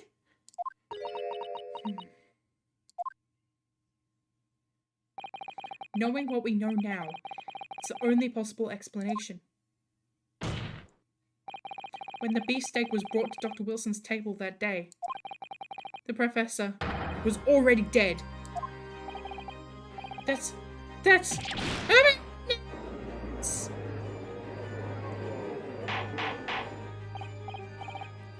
Order, please. Council, explain this absurd notion at once. The victim was killed by a gunshot. That's right. That's absolutely right, Your Excellency. This is just another ridiculous ploy by some rookie student because he has no grip on the facts. Objection! No, Prosecutor Ochi. It's you who has no grasp of the facts. I beg your pardon? As soon as it became apparent that the victim had suffered a burn while at the restaurant, this whole case turned upside down. Or have you not grasped that yet?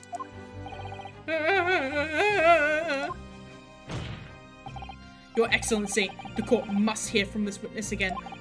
If it's true, as we now believe, that the victim was already dead before the gunshot was heard, it's highly likely that Miss Brett knows something about it. Incredible.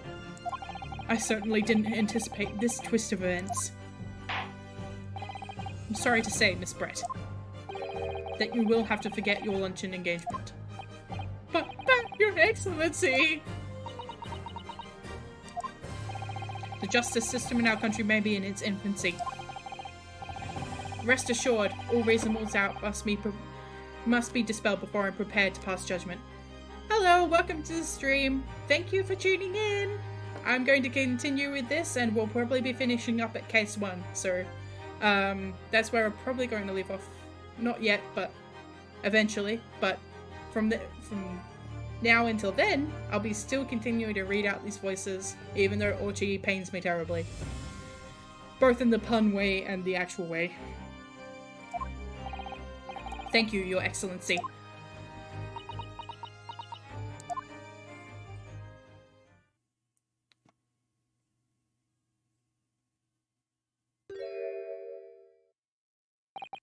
What was that smile? Yes, of course. I mean, I'd be delighted to help. Especially if it helps relations between my country and yours. Miss Brett! You speak Japanese?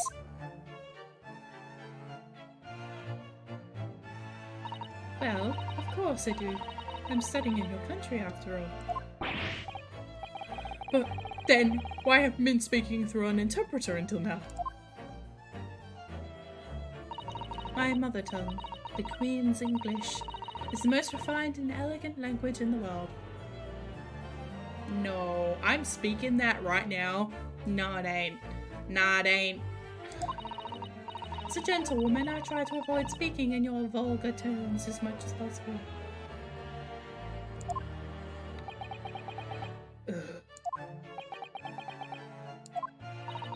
But it seems the men in this land possess none of the chivalrous virtues of English gentlemen.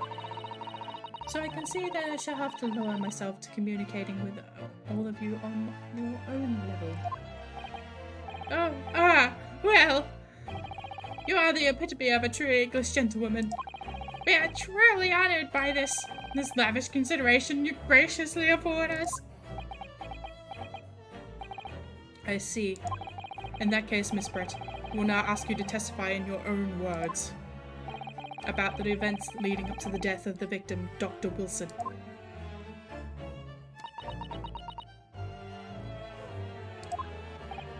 So, we're finally going to hear her own words on the matter. Things are getting interesting, Ryunosuke.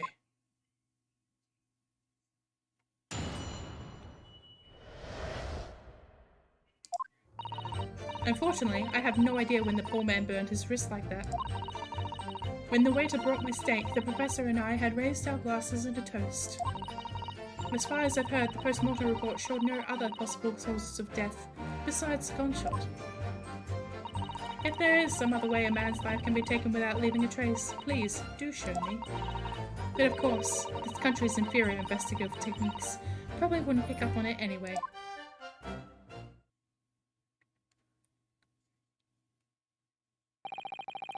The most captivating and beautiful testimony will go down in the Supreme Court's history. Thank you. Easy does it. Hope that this is the last time I'll have to sully my lips with the coarse tones of your unbecoming tongue. Forgive me. I do hope I haven't insulted anyone. Not at all, not at all. It's truly a delight merely to hear you speak, my dear lady. It seems very clear for your testimony that this boorish talk of the victim's burn is utterly irrelevant. I will be speaking to your country's Minister of Justice about what has happened here today. The Minister of Justice? May that irritating little bully of a student be given the harshest punishment possible. Amen. Ah? Thanks. Was that a prayer just then? Well, you'll have to forgive the irritation, Miss Brett, and put up with the cost of an examination for now. I expect you've noticed that this little bully of a student, as you put it, doesn't miss much.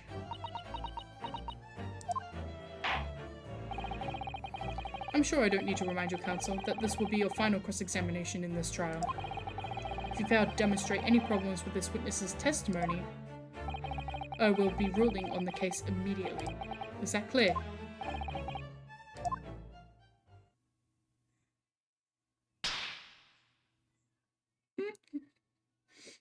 You got this. Yes, Your Excellency. Then you may proceed with the cross-examination.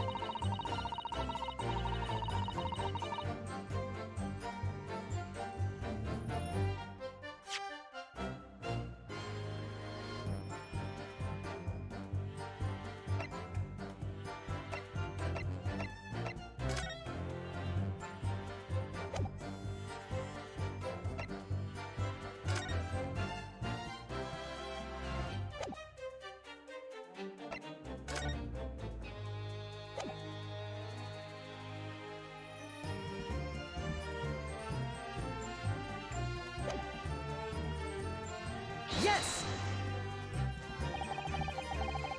Without leaving a trace. If someone is shot or strangled or stabbed or thrown from a height. However, a person whose life is taken, there are always telltale signs or traces on the body. Quite right, dear lady. As our police force has thoroughly examined the body of the deceased, there can be no doubt. Isn't that right, Inspector Hosonaga? As I've said, I always aim for a flawless investigation. There will be physical traces with those causes of death, that's true. But maybe there's some other way of killing someone that doesn't leave a mark. If, heaven forbid, you doubt me, young man, you're going to have to tell everyone exactly how you think the Professor Long did lose his life. Otherwise, I'm afraid your argument falls rather flat, doesn't it? I know Paris thought calling such a sweet young lady's innocence into question. On my honor, I, Takatsuchi Ochi, will cut down anyone who casts such aspersions. A way of killing someone that leaves no trace. We need some evidence to back us up here. Yes, evidence.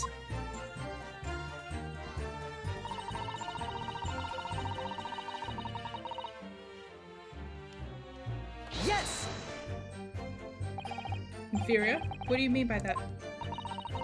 In the lands of the Great Ace Empire, the police store everything found at a crime scene for later examination. But in this country, you investigate once and that's the end of it. Isn't that so? Quite right. La Carnival is open for business as usual today, just days after the incident. Not something to be proud of. Exactly. Which means that even if the investigation takes a different direction, vital evidence may be lost. It doesn't even occur to your naive detectives to try and preserve the crime scene. I'm trying to be as tactful about this as I can, you'll understand. Aha! A killer blow. The lady is familiar. I'm not doing that voice anymore. I've had enough. A killer blow. The lady is as formidable as she is beautiful. Amazing. He's actually admitting our police may be flawed. Perhaps Prosecutor Orchie is finally starting to see sense. I very much doubt that. Still, there's something about what Miss Brent just said. There was a moment before when something didn't seem quite right.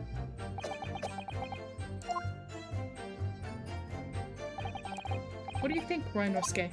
I think it's going terribly. No matter how much I press her, I'm not turning up any new information. Yes, as I suspected, she's a tough witness. We need to find a way to break her testimony or the cross-examination will be over. But that would mean I have to find a way. There must be some clue somewhere to help us find a chunk in her armor. Kazuma. What, Ryunosuke? There is one thing I noticed. Something that's been bothering me. Bothering you? You mean about Miss Brett? Actually, no. About the person standing next to her, Inspector Hosonaga. The detective? Yes, he seemed to react a little strangely to Miss Brett's last statement. I was wondering if it might be significant.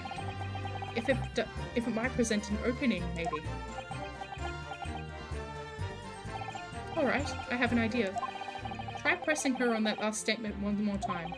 If you think so, but this time, instead of targeting the woman herself, let's see what we can get out of the detective. Alright then. I wonder what Kazuma's thinking. I'll find out soon enough, I suppose. Once I press Miss Brett on her last statement again.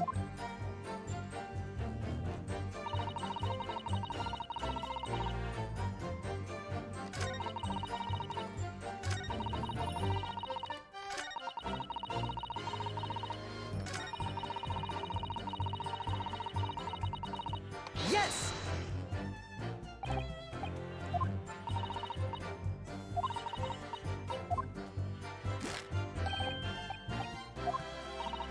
Wait.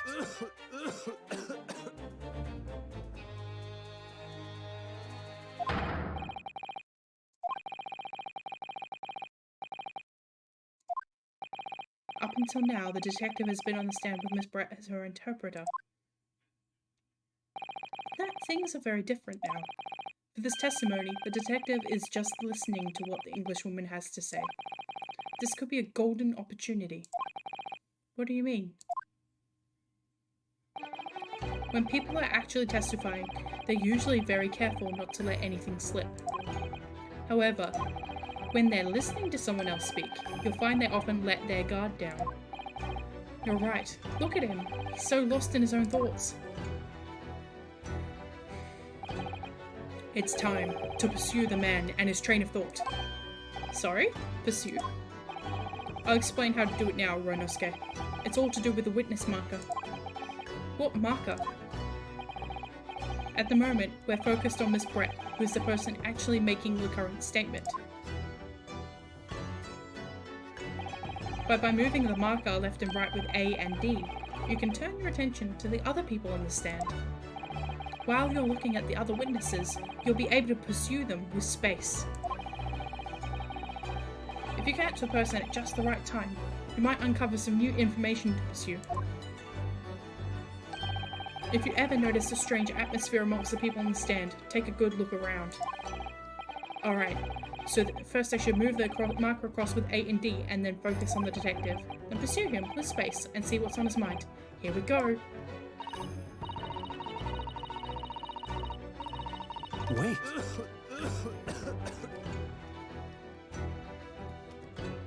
Excuse me.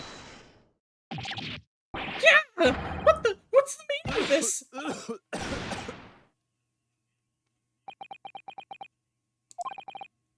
Excuse me. I'm so sorry. I didn't mean to shock you. He really was lost in his thoughts. Deeply. It looked like you were thinking something just now, Inspector. Perhaps having heard what the lady next to you had to say. If there's something you'd like to say, please share it with the court. Objection! What is the meaning of this? It's a delightful English woman who's testifying at the moment. If you can't find a fault with her testimony, then the cross-examination should be over immediately. Oh, is that how it works? Absolutely not. Hmm? The detective is in the stand, which makes him a valid witness. Yes, not to mention the fact that he's intimately involved in the case. Inspector Hosonaga. Yes? Do you have something to add in relation to the statement just made by Miss Brett?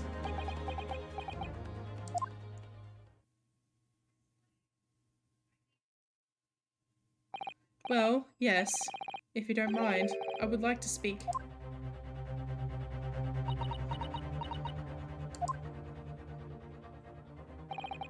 The lady is right. Our country's police practices are not as modern as those used in Great Britain. Which is why I, Satoru Hosonaga, always strive to make every investigation I'm involved in flawless. What do you really mean by that? I'll tell you what I mean. I won't have evidence lacking on my watch.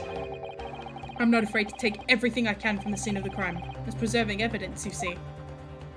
I don't care if they call me a crime scene thief. I'm not ashamed of what I've done.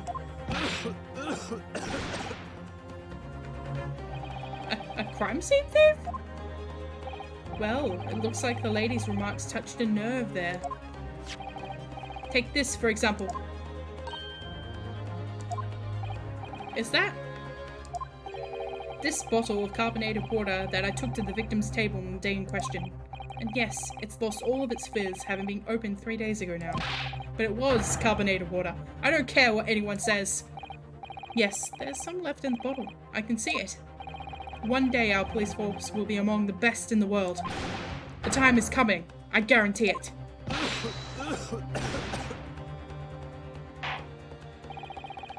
I can't say I condone the witness's actions, but I do understand the sentiment.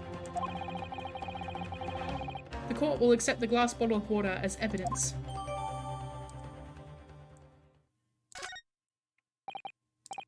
Miss Brett. Can you confirm this is indeed the bottle from which you drank on the day of the victim's death? Yes, it was that bottle.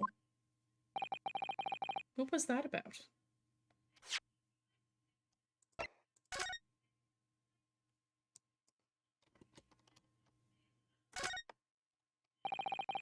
The label is written in a foreign language that I don't recognize. Hang on. I'm investigating too. Do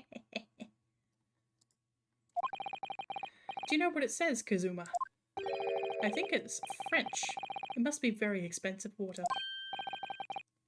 Yes, but what does it say? That's what I was asking. Then go to France and ask. You could just say that you don't know. Alright, then we've got some water in the bottle.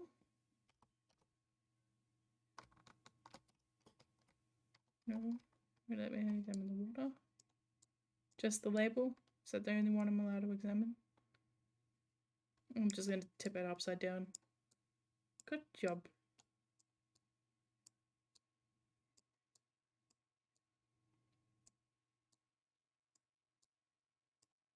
No fingerprints on it. Okay, cool.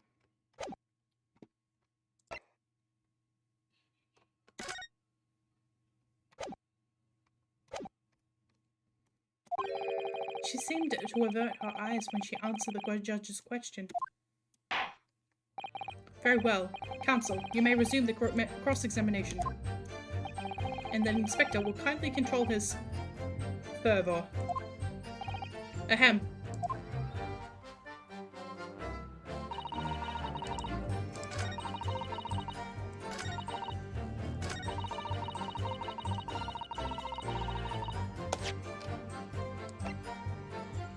Yes!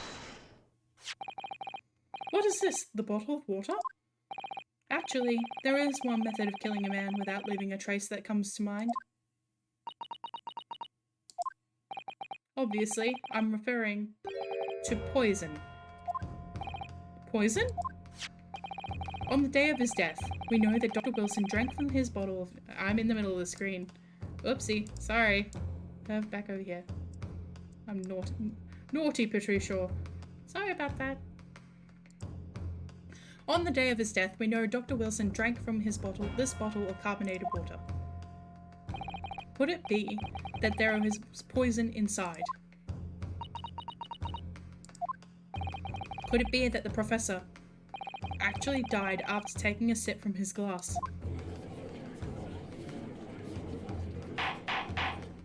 Order! Order!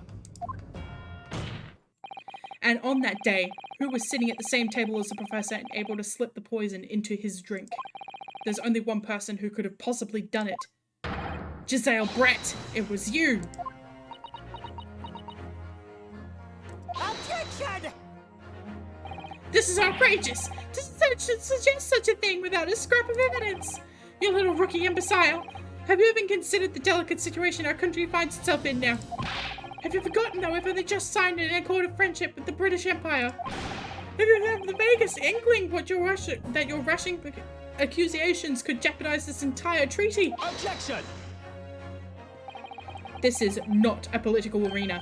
This is a trial to determine one individual's guilt with respect to one crime. What?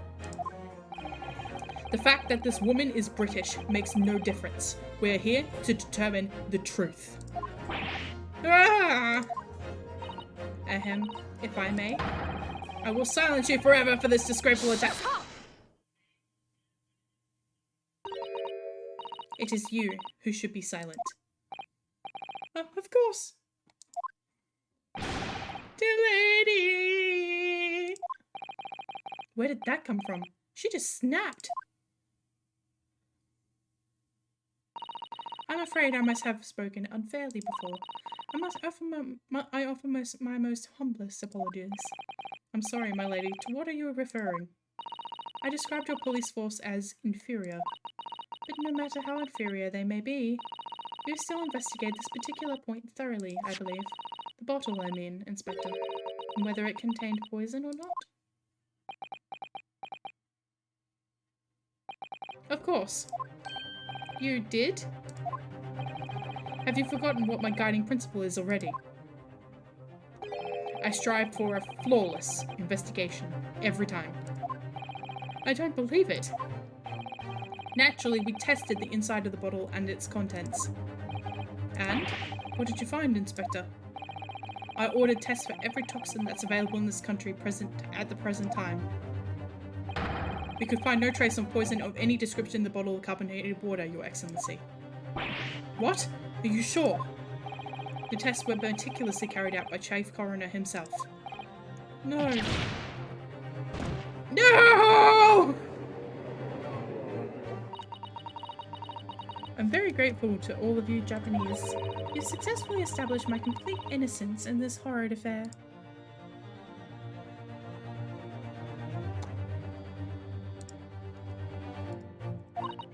Thank you. But of course, dear lady, the pleasure was all ours. I was so sure. This can't be right. Everything falls into place if he was poisoned. Thank you, counsel. I think that cross-examination has clarified everything. As the prosecution have asserted, a shot to the chest from this gun is the only conceivable cause of death. Furthermore, the accused, who by his own admission was holding this weapon, is the only possible culprit. I'm done for. The court wishes to apologize for the great inconvenience this has caused you, Miss Brett. Oh no, I'm just glad the matter is resolved. Before proceeding, I must ask the counsel for the defense. Do you have any further new evidence to present at the court at this point? Kazuma? I'm sorry, Ryunosuke. I have nothing more. Well, if you'll excuse me now, I really must be leaving.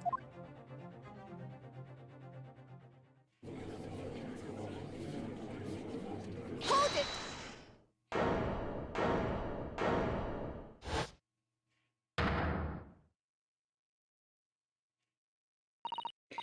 There she is! Please, wait! Isn't that? What is the meaning of this? Forgive my intruding on the court proceedings, Your Excellency. Susato Mikotoba, Judicial Assistant to the Defense. Mikotoba? My darkest hour, with nowhere left to go, she appeared like a bolt of lightning. And in her hand, she carried a small package, wrapped in a furoshiki cloth.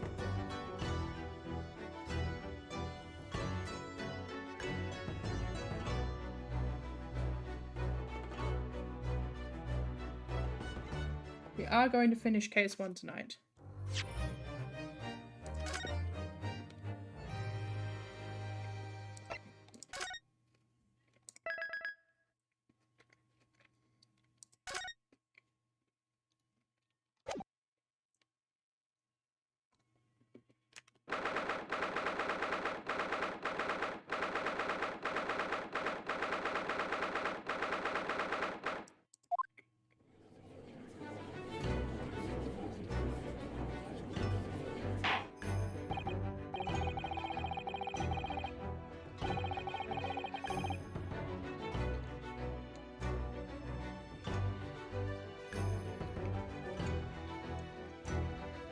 Well, I understand you are the judicial assistant to the defense, but why the sudden ingress into my courtroom? Ha! A judicial assistant, and a woman no less. The rules state that females are not permitted into this court of law other than to testify. Yes, I fully understand. I ask only for 5 minutes of time. I have some vital evidence that I must hand over to the defense. Ha! You're too late, little girl! This trial has already been concluded. 5 minutes. I will not allow a moment more. But, Your Excellency! I am most grateful.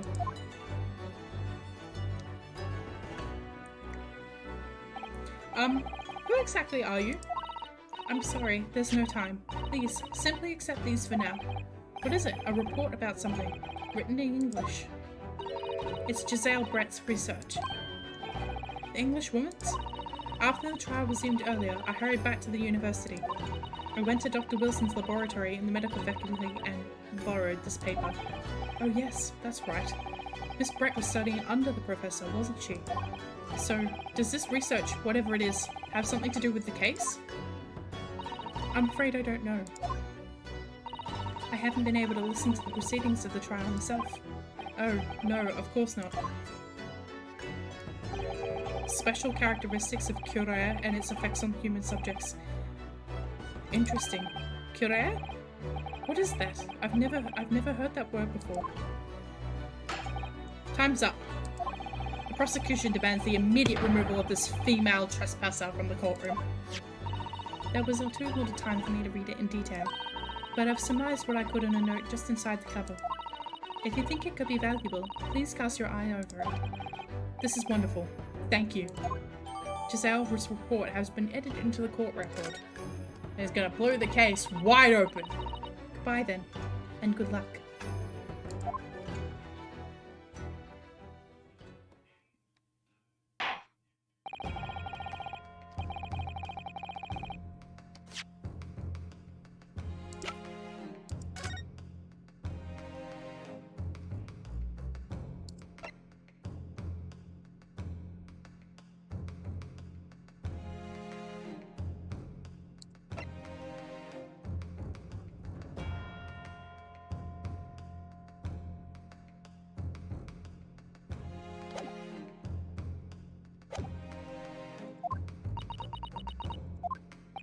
I ask the prosecution and the defense now one last time.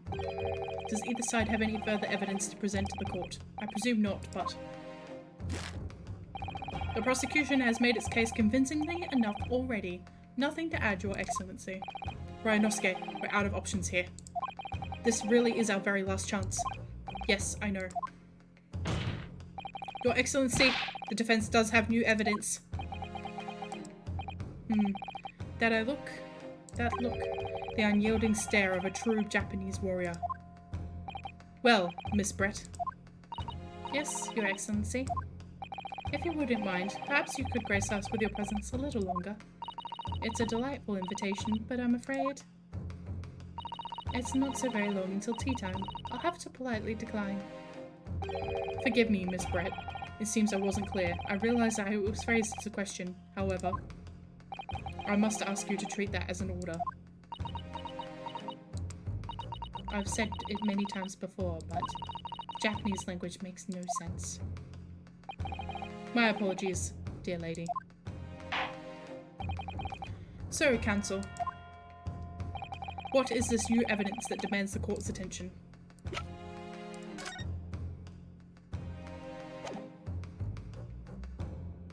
Yes!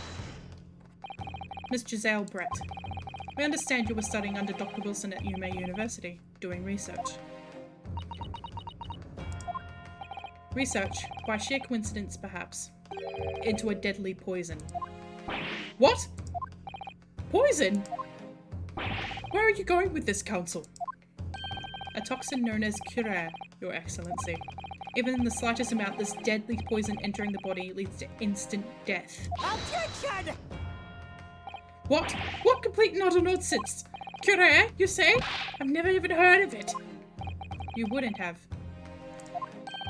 What do you mean? I mean that you wouldn't have heard of curare before because of one very simple reason. It doesn't exist in our country. It doesn't exist. Correct. Which means, no matter what tests the police can do for toxins, they'd never identify curare. Why? Because there is no test available here that can identify the presence of this highly deadly poison. What?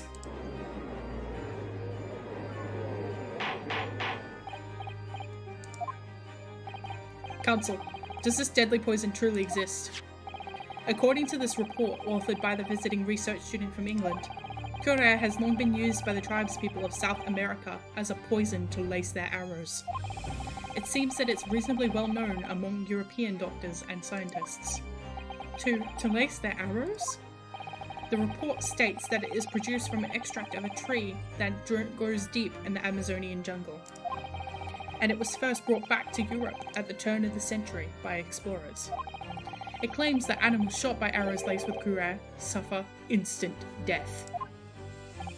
Doesn't that sound about sum it up, Miss Brett? Objection! Trumpery! These aspersions are utter trumpery! Wow, okay. Stop! If the victim had been administered some of this so-called deadly poison, he would have been squirming and writhing in pain, and other diners would have surely noticed. That's true. What do you say to that, Inspector?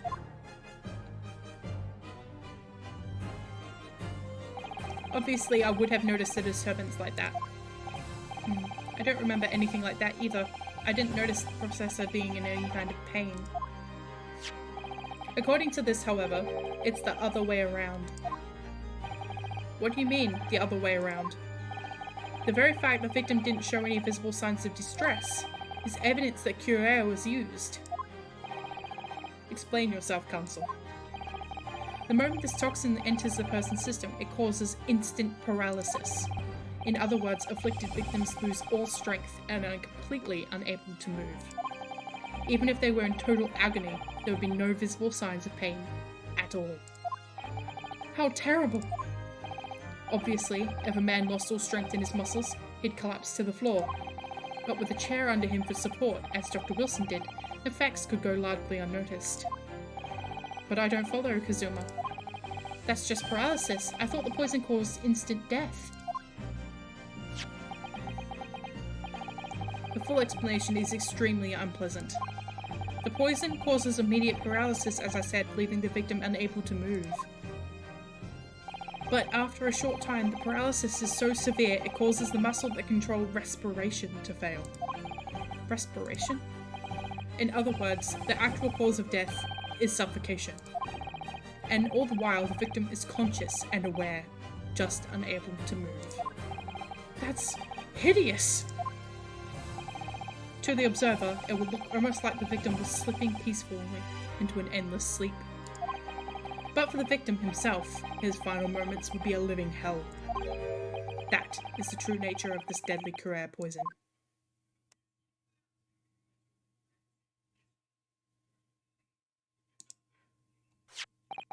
And you're suggesting that this bottle, Council, actually contains this terrifying poison? Objection! This is all very convenient, isn't it? Hitherto unknown poison for which there is no means of testing. What a happy tale for the defense. Ahem, if I may. All these facts. You think you're so clever, but you must be taught some manners. It is you who must be taught. Of course.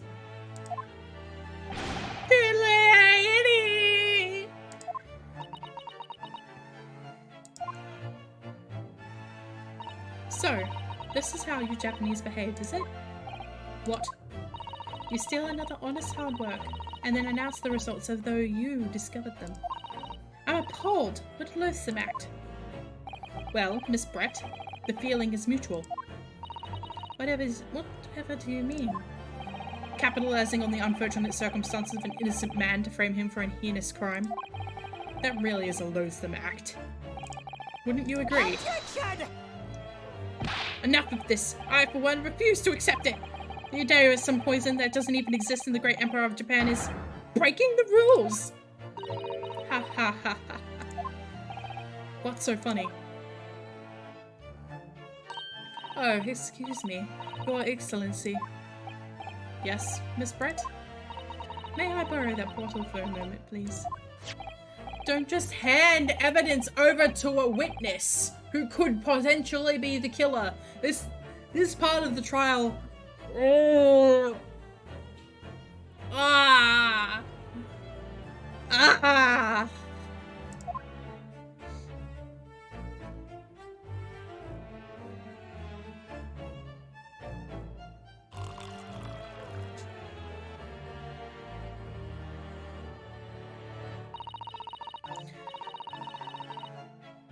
Don't forget too big for your boots, you insignificant little island boys. Sorry? To an Englishwoman such as myself, this whole affair is a farcical comedy. Your little police games in this fusionist courtroom antics, it's laughable, really. Ugh. But I'm getting bored of it all now. It's time for the games to end. Cheers!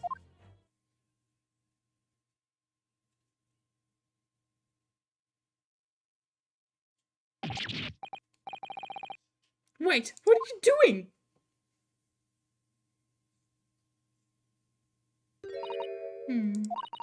No sparkle left at all. How appropriate for this shabby affair.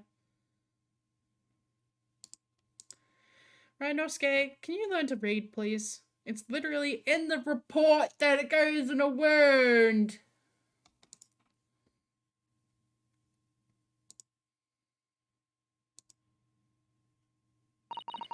Goodness, whatever is the matter?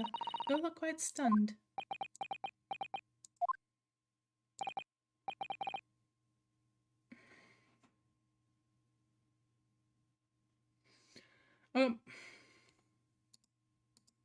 Why? Why, guys? Come on. Come on. Kazuma, you know better than this. Kazuma, please. I know you know better than this.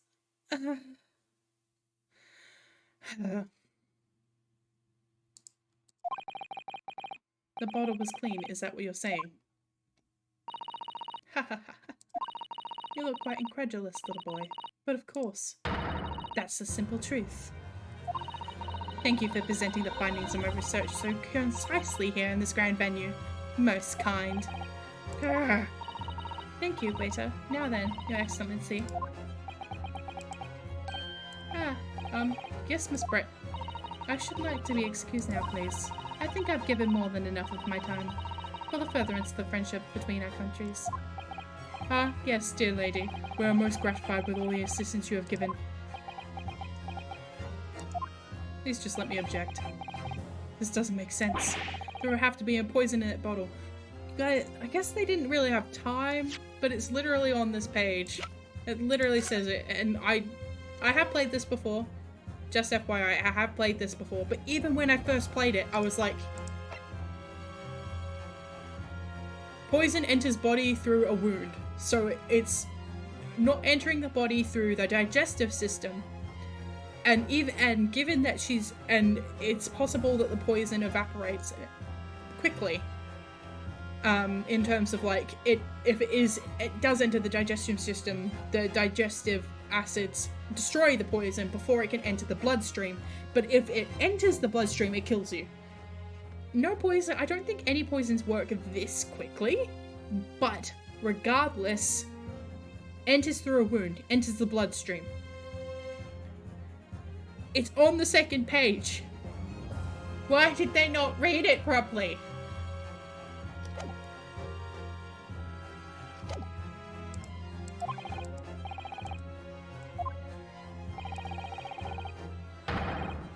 How did she swallow a whole glass and live to tell the tale? I don't understand it. Well, I suppose if nothing else, this little Far Eastern charade will wank for interesting conversation at the next party I attend in London. There has to have been some poison in that bottle, doesn't there? But there can't have been, because otherwise she would have kneeled over and dead. No. Come on, Ryunosuke. We have all the clues now. That bottle of water contains poison. Culprit did put Kurai poison into Dr. Wilson's carbonated water. The defense refuses to change its position. You're serious? Objection! Fool! Are you blind? There is no possible way that bottle contained poison. I mean, we just saw Miss Brett drinking the water from it. That's right. Which is rather complicates your argument, I think. And I believe complication can be explained. How, exactly? I need to think through all the things that don't quite add up here, one by one. I'm sure the answer is in the evidence we have in the court record somewhere. It has to be. Very well. The defense truly intends to assert this claim.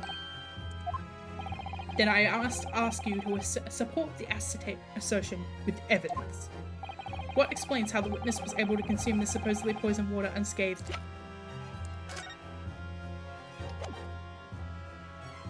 Yes!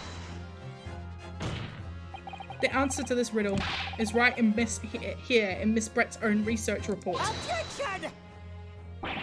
That's not a valid explanation. No? After all, we don't speak English. That report is utter gibberish. This impudent scoundrel is trying to ridicule the court, Your Excellency. I'm not trying to ridicule anyone, honest. I'm just reading Susato-san's notes. I concur. This report is too extensive to be considered in its entirety by the court. You will direct us to the pertinent section, Counsel. Which section of the report reveals the alleged answer to this riddle?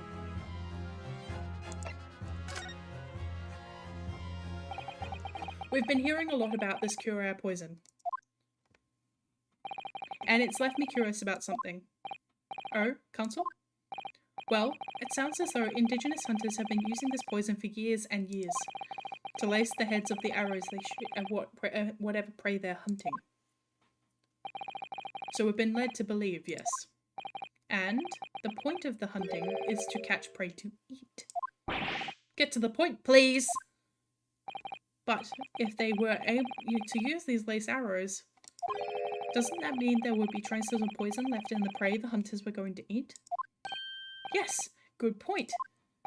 So surely the hunters wouldn't want to eat their prey, would they? Because then they'd be eating poison.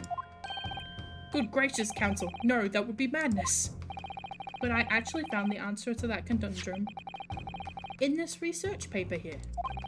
Under special characteristics, it says this. The poison starts to work after entering the body through a wound. Through a wound, you say? I see, that makes sense. Yes, the mention of that particular detail seemed a little strange to me though. But it all makes sense when you interpret what's written here like this. When Kurai enters the body through an open wound, it has terrifying poisonous effects. However, when it enters the body via the mouth. It has no poison effects whatsoever. No, when it is ingested, it would... Miss Brett, you authored this research. You knew Kura's special characteristics, and you knew that you could make a spectacle of drinking that water without any danger to yourself. You meddling little rapscallion! Well, Ryunosuke, it turns out you're an even better lawyer than I thought you'd be. Really? Me? A lawyer? Objection! All this poison talk is fascinating, I'm sure, but I fail to see how it could possibly... So, the ill-bred little puppy has a new toy to play with, some facts he read in a book, but I'm afraid knowledge doesn't suit you, little boy. It only makes you look silly. What are you trying to say? Your schoolboyish logic has a fatal flaw. Schoolboyish? Flaw? As even your brain has managed to deduce, Kura is safe to ingest. It seems likely that its effects are neutralized by the acidic nature of the gastric succus. Oh, yes, well, of course. Gastric suckers? What are they? So if this lethal poison is completely harmless when drunk, the professor wouldn't have died when he swallowed it, would he? Ah, that's right. Good gracious! That's basic science. Science that even a schoolboy should be able to understand, no? Objection! Objection!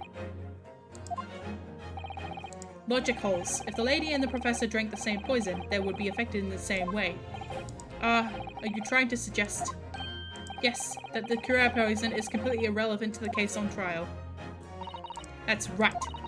Surely even a little cockroach like you could understand something as simple as that. No. What is this welling up inside me? Yes. I've never felt this before. It's a sort of conviction to break down all the walls, all the discrepancies. It's so intense, almost rage-like. And more than anything else, it's an animalistic desire to take down my prey. Objection!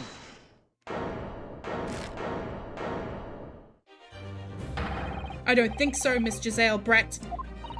How dare you use that tone with me? You know very well there is no fatal flaw here.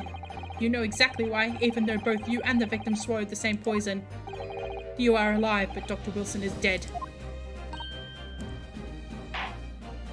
Counsel, I'm sure I don't need to remind you.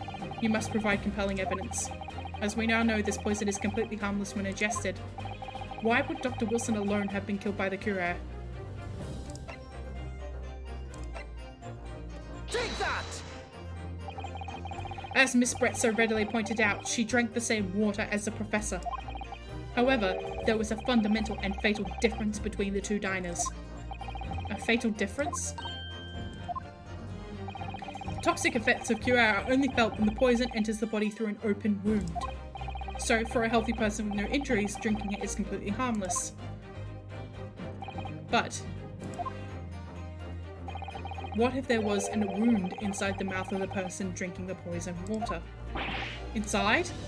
Yes, like the wound you might have if you had just been to the dentist and had a tooth extracted, for example. Miss Brett, you've acknowledged many times in your testimony already that you were well aware of Dr. Wilson's dental appointment that day. So that's it. You use that knowledge to orchestrate this.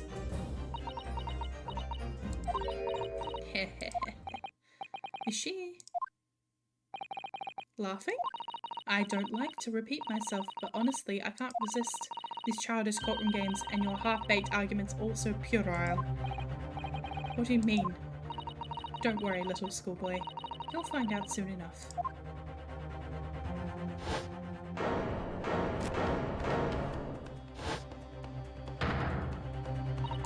You see, when you leave vital evidence lying around, you never know what might happen to it. No! mean, I could just slip.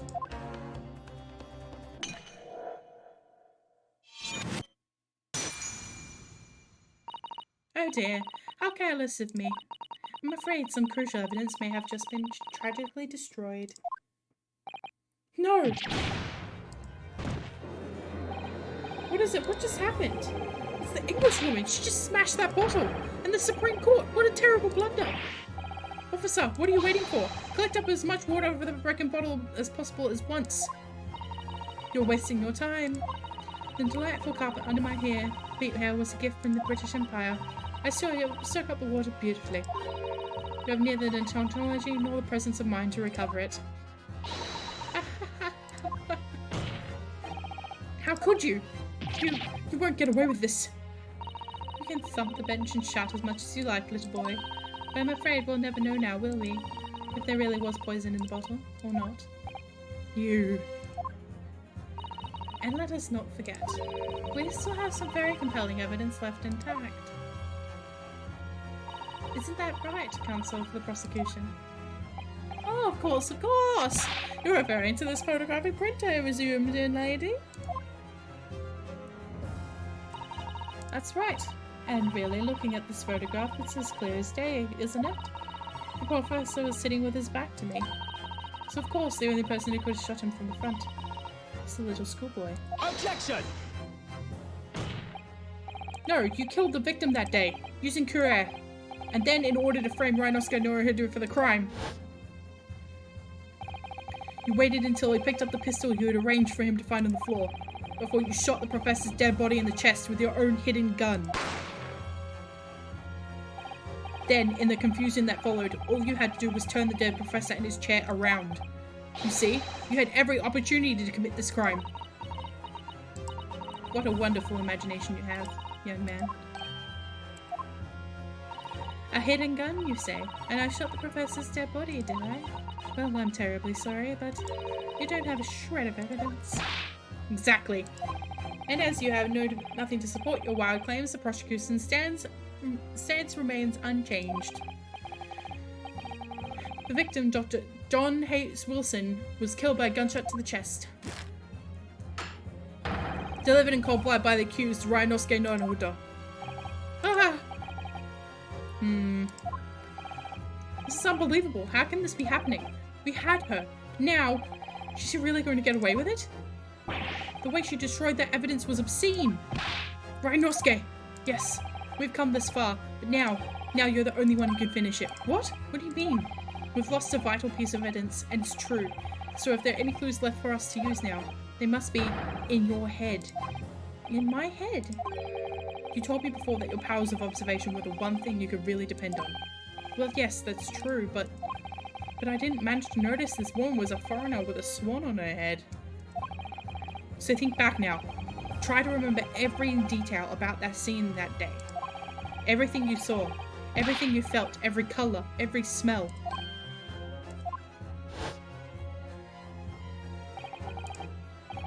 What I felt. Every color.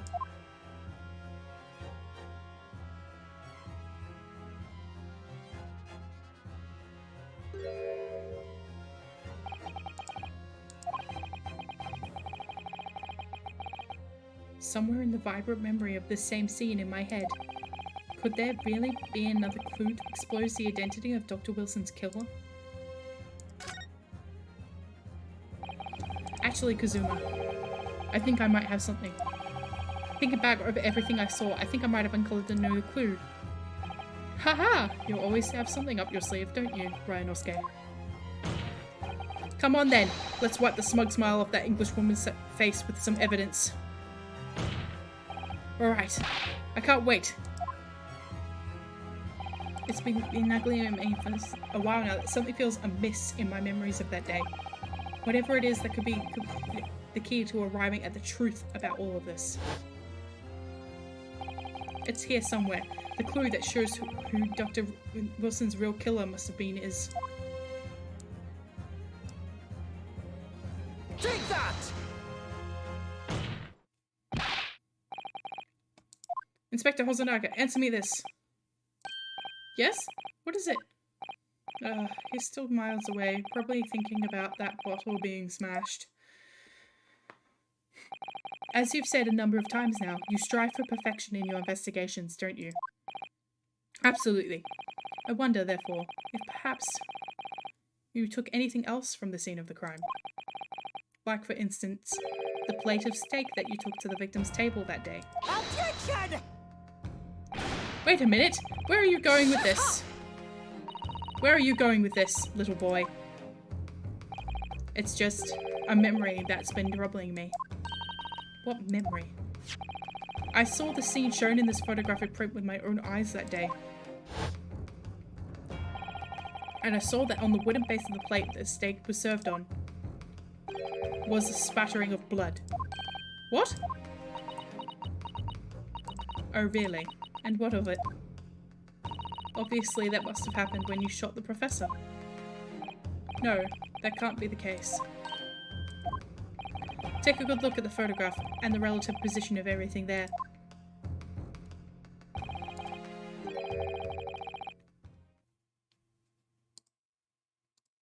The plate of steak is almost directly behind the victim. If I'm supposed to have shot Dr. Wilson in the chest from the front, there's no way that blood from the victim could have ended up directly behind him. Ah! Yes.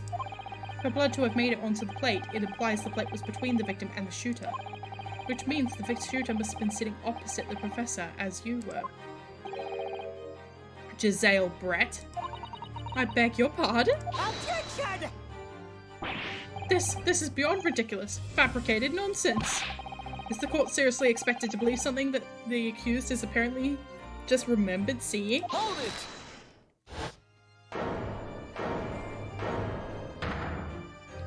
This case is so long.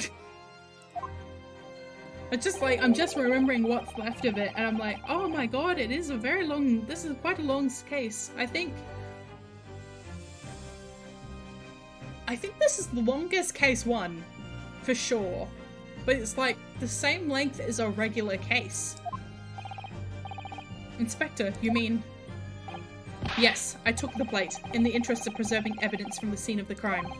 I took it, meat and all. I don't care if they call me a crime scene thief because of it. You did what? I took the steak that you had been eating, Miss Brett. I took the steak that the sergeant had been eating. And I did it all in the name of justice. Then we can find out for sure whether or not there's a bloodstain on Miss Brett's plate. We must examine it, now!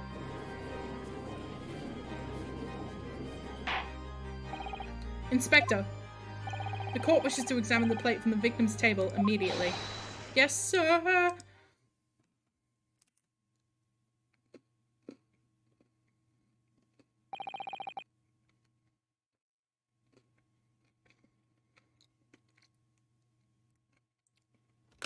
Hydrating.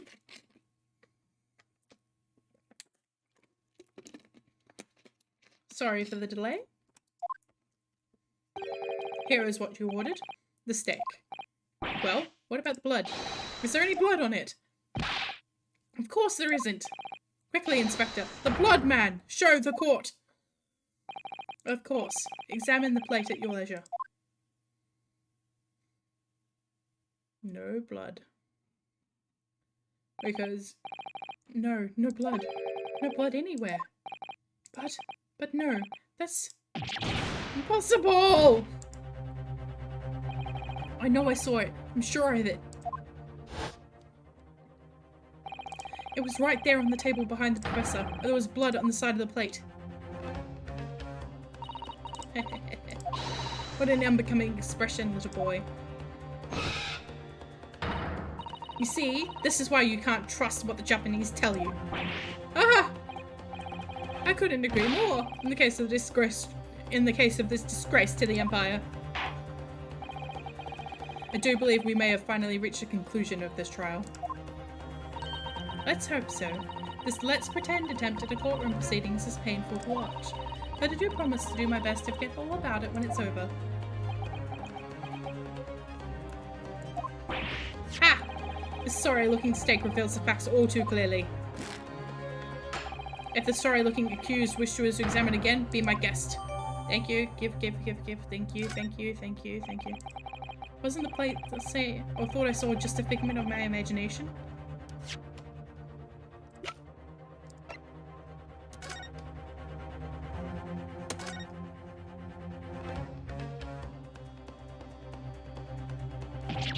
Huh?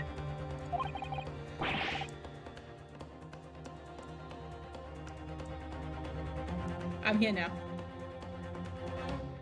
What in the world is this? I think it's a Koban coin, and the hallmark is from the Hoei area, I believe. No, I don't mean what is it. I mean, what's it doing there? Wait, did you say it was a Hoei Koban? Yes, and apart from the meat juices, it looks to be in good condition. I imagine it's very valuable. This isn't the first time today there's been talk of a Hoei Koban. I heard of pearls before swine, but I've never heard of bullion in bullion, and I don't think you ever will again. This is extraordinary though. This means...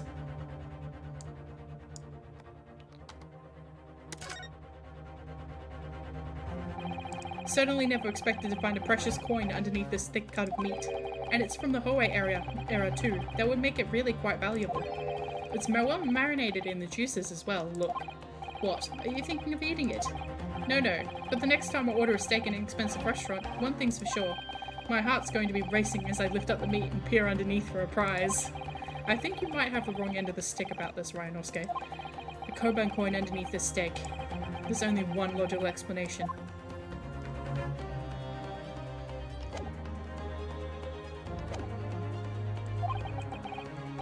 I've lost. Ryunosuke, it's not over yet. Not until the final gable. Never stop believing in yourself. Keep looking forward, no matter what. Believe in myself? Really? Maybe I should at least examine the evidence for myself. As the evidence requested by the defense has not been shown to be problematic in any way, I presume any further examination of evidence in this trial will be unnecessary. Does the defense have any objection? That bloodstain was going to be clinch the trial for me. Cannot this plate of steak reveal any other clues at all? There's another clue. Your Excellency, please wait. This plate of beef is hiding another clue. Another clue that will reveal the shocking truth. The only thing that's shocking here is your unhealthy fascination with beefsteak. I mean, I could totally go for a steak right now. I don't know about anybody else, but like a good, like the way that's got the nice cross-hatching from the grill marks on it. It's like this really nice thick cut. Delicious. I went to Korean barbecue yesterday, and I mean, they had Wagyu beef. Good beef. Delicious. Your Excellency, I think I've made myself clear, haven't I? I will not be able to turn a blind eye anymore to unnecessary procrastination in this trial. I'm sorry, Miss Brett, but we must ensure a thorough examination of the evidence. I will not give a ruling until I'm completely satisfied that all reasonable doubt has been dispelled. I see. As a newly affirmed ally of my country, that's still your position, is it? Thank you, Your Excellency. Counsel for the defense, you will now clearly show the court where you are alluding. Where precisely on this plate of steak is the new clue to be found?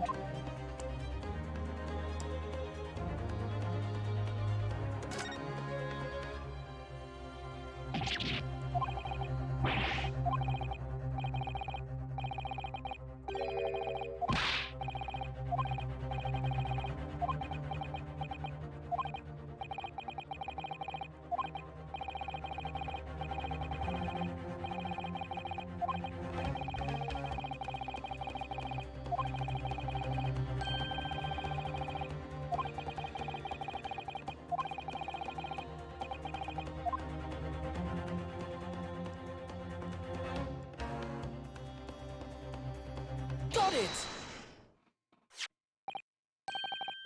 Good gracious, that's... a Koban? What on earth? A Hawaii error one at that. Miss Brett. This is in fact the beefsteak that you ordered at the restaurant on the day in question, is it? Tell me, why is there an old coin seemingly hidden underneath the meat? Shut up! What a ridiculous question. How should I know? I've never seen that thing before in my life. I don't know what this is, but I don't want no part of it. Objection! I fail to see how this is relevant. A coin under the meat? Could simply have been a careless mistake by the chef in a moment of distraction. Objection! Don't be absurd. We're so supposed to believe that this happened by accident in the kitchen? A rare Hawaii caravan just happens to be hidden underneath that piece of steak? If this turns out to be irrelevant to the case, I'll rip my ticket to Great Britain right now.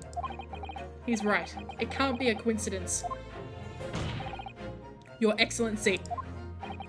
Yours counsel. A rare Hawaii caravan just happens to be hidden underneath that piece of steak. If this turns out to be irrelevant to the case, I'll give up my lawyer job right now. I have a lawyer job right now. It's not very hard to give up. Objection! You're not a liar! By all means, don't let us stop you. No one invited you anyway. Shut up! Perhaps, little boy, you should realize that it is you who is irrelevant.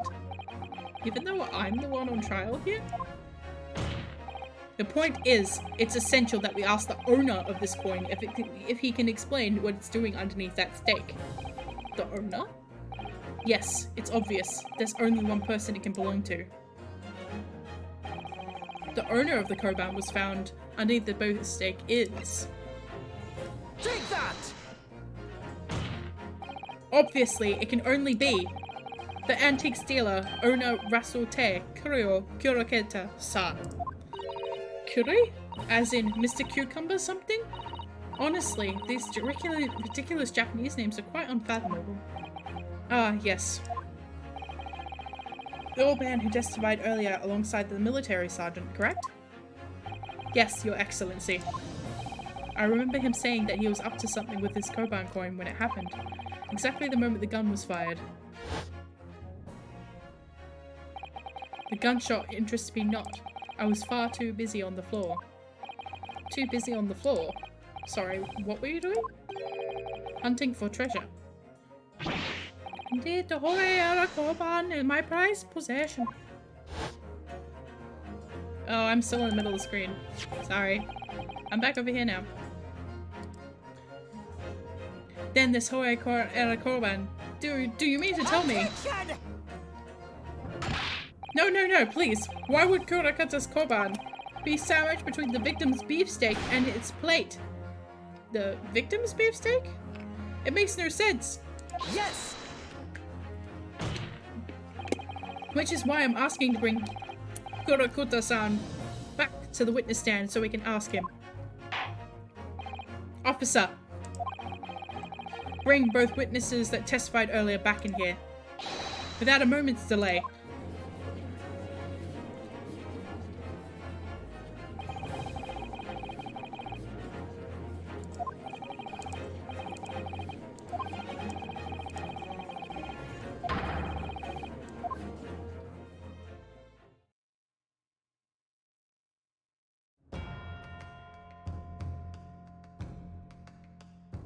This kid's had enough. He's ready for his nap. What's this about? Why have I been called up again? Don't you realize it's dinner time for little baby Ido? When my son's belly is empty, he's fiercer than a pack of wolves. Exploited by the police, we were like miserable dogs, forced to bear false witness. And when the cast from this courtroom myself, I became a ruined man in dress, worthless with an antique. Nothing more I have to say. The sun has set on this Rasute shop owner's existence.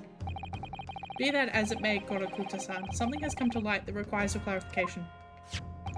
As far as your Rasute memory serves, have you ever seen this koban before? What? Oh! Ow! That's it! That's the one! That's the very one! That's the exact one that it is! There's a knife in his foot! It's splendid! It's my deathless Hawaii treasure that my rusty bones managed to misplace that fateful day. Can't be. As I thought. Young man! Enlighten me, this decrepit old fool. Put me out of me misery. Where was my treasure? Where was it dropped? Oh, I'm not sure if it was dropped anywhere. We found it at your coin sandwiched between a beefsteak and its plate, soaking in the seasoned meat's juices. Sandwich? Soaking? Seriously? Clearly, it couldn't have fallen there by accident, which means somebody must have hidden it there on purpose. Somebody concealed my Hoei treasure between a slab of meat and a metal plate. Who would do such a thing? Such an unconscionable thing!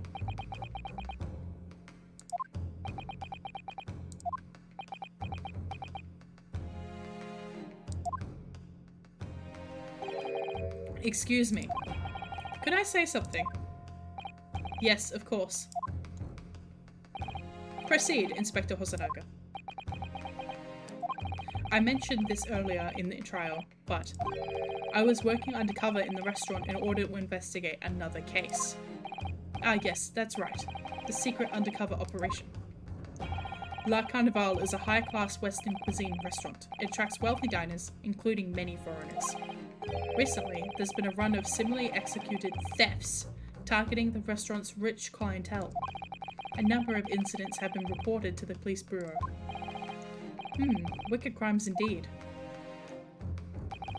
We wanted to nip the case in the bud quickly, especially with so many foreigners being affected. So that's why you were sent undercover, is that it? Yes, I took on the job of waiter at the restaurant in order to flush out the criminal. It seems likely that this Koban incident is the work of the same thief. So unbeknownst to us, there is a master thief at work at restaurant on a regular basis. The place was already the scene of several crimes, it seems. I don't know about the master thief part, but the identity of the person who stole and hid Kurakata-san's Koban is all too clear. What? What? I think the court would like to hear the defense's view on the matter. Tell us, who is the despicable scoundrel that stole Kurakata-san's Koban and hid it under the steak? Take that! Obviously, it can only be you. Sergeant, yes sir, no sir. What? How? How dare you, you monster! Monster? I stole that Koban, did I? I'm the master thief of the carnival, am I? You're seriously accusing me of this crime, Skinnet? But it wasn't me, it was Ado! Ado was the mastermind behind all of this.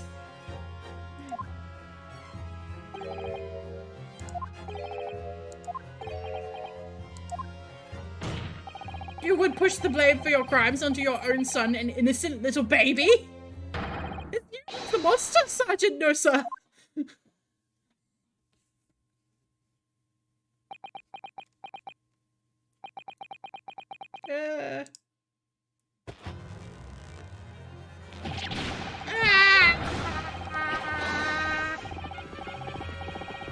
Clippity clop, clippity clop, clippity clop, clippity clop.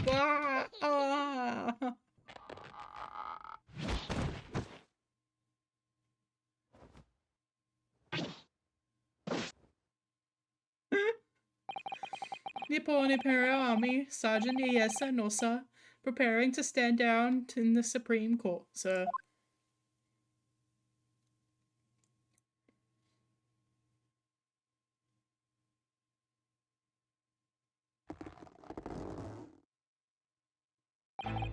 Do any of you know of the extraordinarily low wages the Nippon Imperial Army pays those it expects to keep our country safe?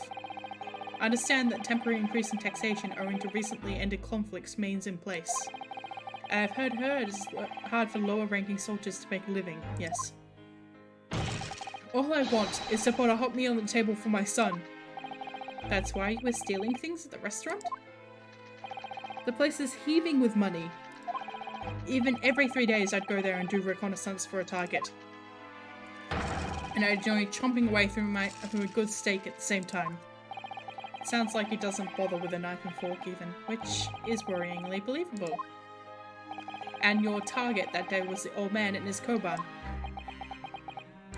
Yes, sir. He was an easy mark. I slipped the coin into my pocket without any trouble at all. A veritable phantom thief you are! I was all set to leave with the steak when I was halfway through devouring when it happened.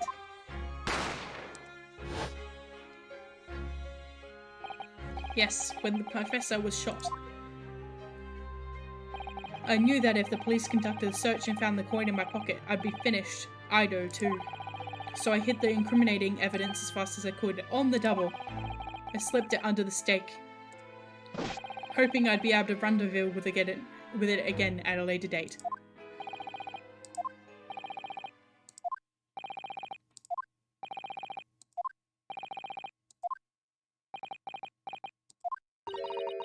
This is ridiculous.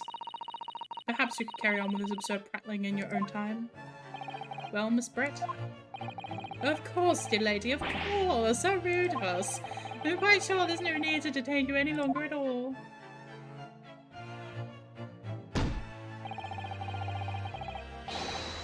May the esteemed gentleman please be excused, Your Excellency? Indeed.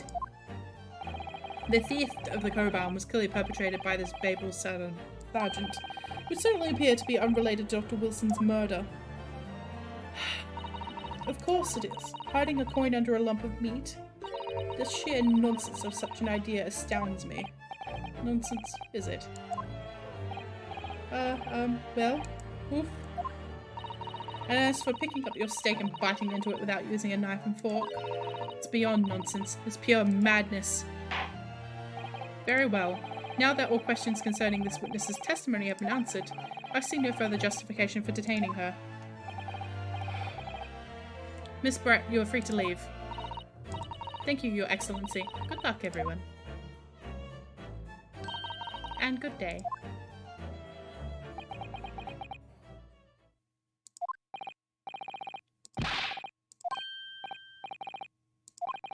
Something about Miss Brett's parting words there got me thinking. I can't quite work out what exactly, but something she said jarred with me. Felt like there was a contradiction in there somewhere. Something didn't quite add up.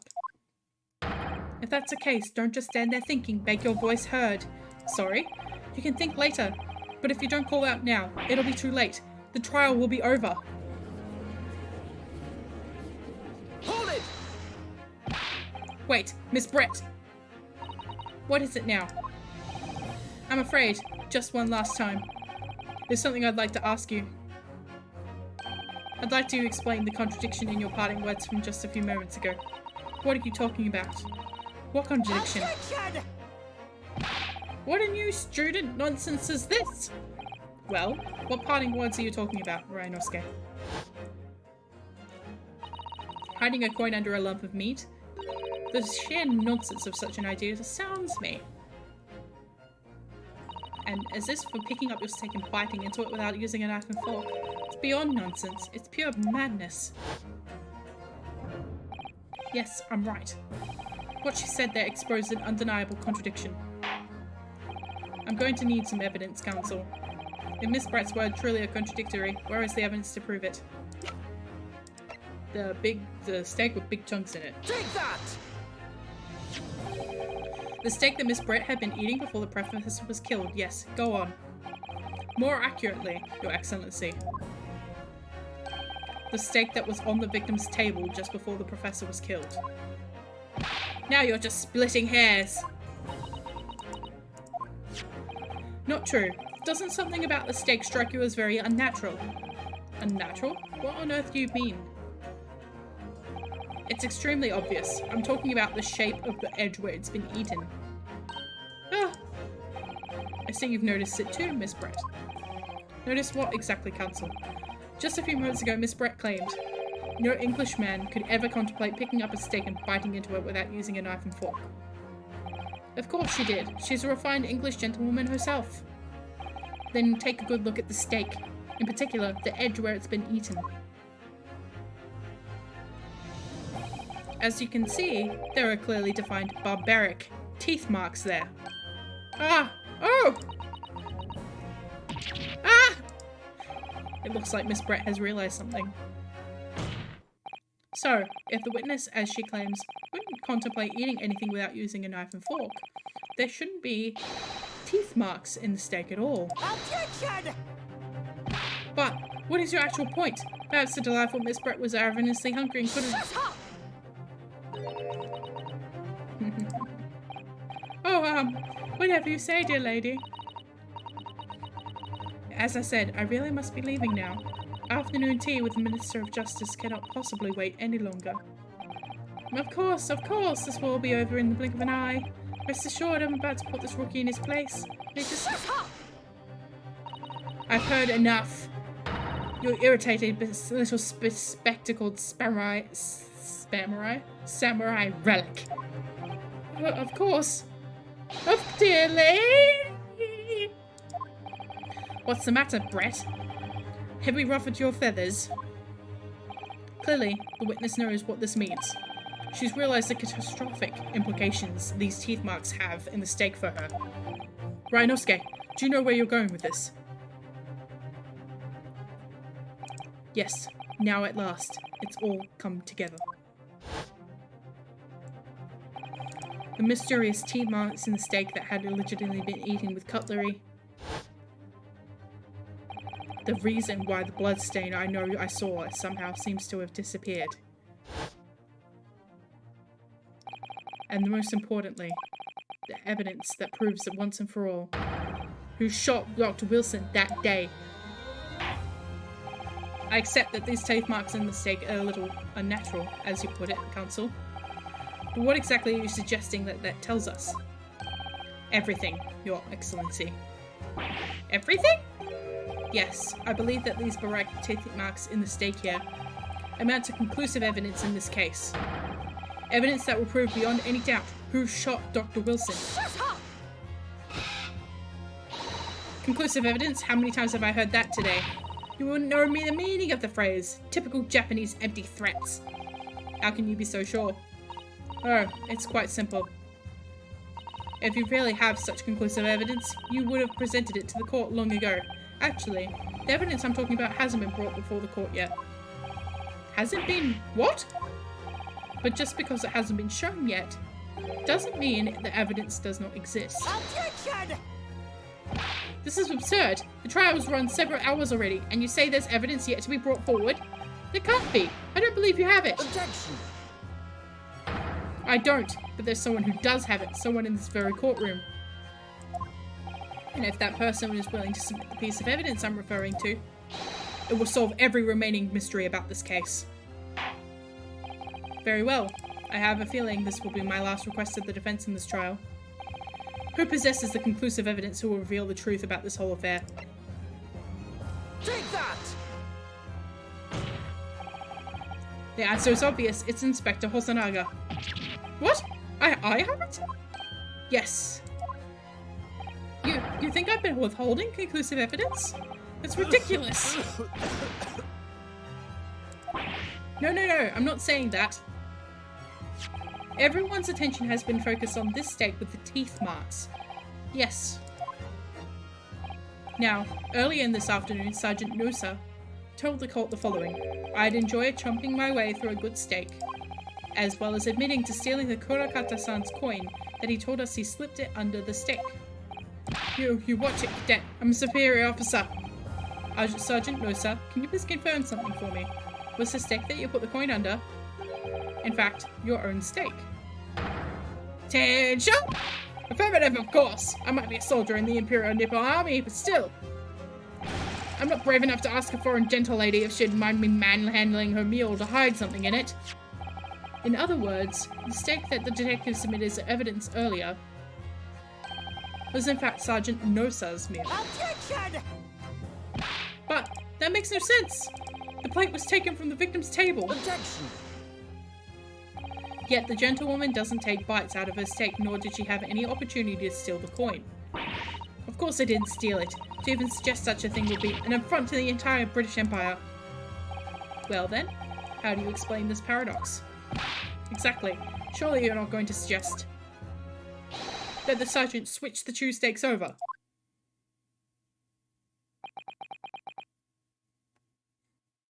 I did it for me.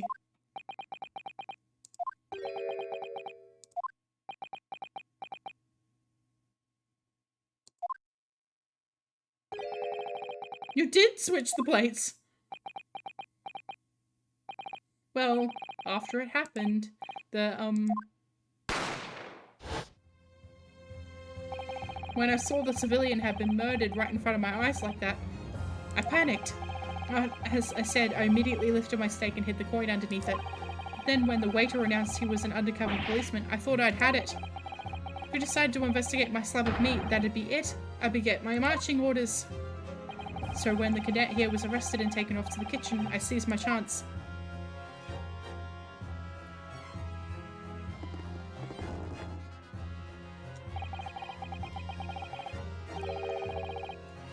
With military precision and timing, I switched my steak with the one on the foreign lady's table. What? You can't have! I never saw you do such a thing! It was called Operation Lightning Bolt. There was no time for strategic planning. It was do or die, I tell you. So yes, I did what had to be done. Unbelievable! However, fear not, Prosecutor-san. Right now, I swear on the brass buttons of my uniform, that's all I did. Sir! All you did? That's plenty! Yes! So, if Sergeant Nosa switched the plates over, it means he took Miss Brett's steak and the plate it was on back to his own table. Yes, that follows. Inspector Hosonaga. Yes? Earlier in this trial, you told the court this. You said that you had not only taken Miss Brett's steak after the incident, but also the sergeant's. That to preserve the evidence, you had taken both. Ah! That's correct. Then please present it to the court now. That plate that was actually on the victim's table at the precise moment he was shot. Shut up! What can that possibly tell us now? I mean, a cold slab of top meat can't have the slightest bearing on this case. Objection! No, you're not wriggling your way out of this time, this lady. I beg your pardon? Surely you're not that forgetful. Surely you remember the reason why the steak pan promises to prove such a problem for you. No. You're the ones who decided it was a problem, not me. The reason the defense asked to see that plate was confirm something the defendant remembers seeing. He thinks he remembers. I'm quite sure of what I saw, Miss Brett. On the side of the plate was that on the table directly behind Mr. Wilson. There was a clear splattering of blood from the gunshot wound to the victim's chest. I believe the defendant's memory serves him well. And now we have the evidence to prove it. The plate you were eating from, Miss Brett. Let us not prolong this any further. Inspector, you will show the evidence to the court. Present the beefsteak and the plate that was originally on the victim's table at the time of the incident.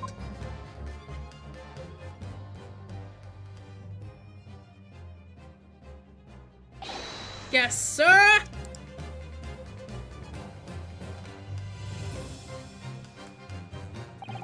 Sorry for keeping you.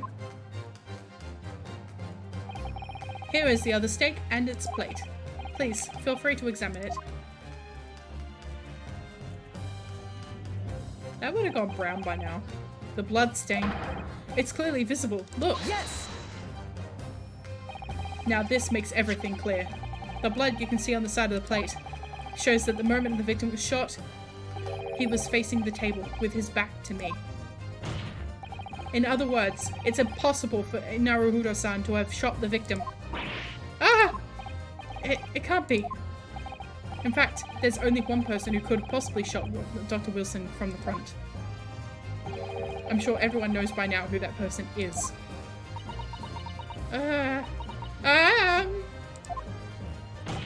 That's right, Miss Giselle Brett. It's you!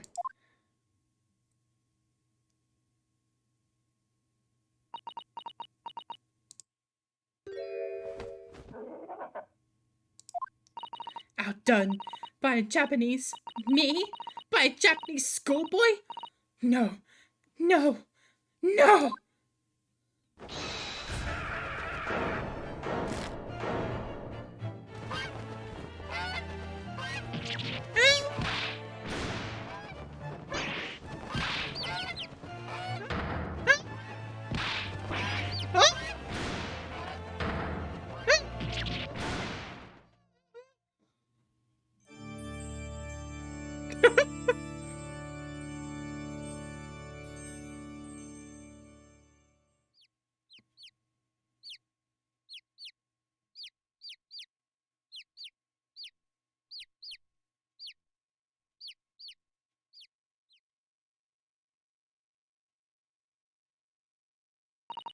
Please excuse my little outburst.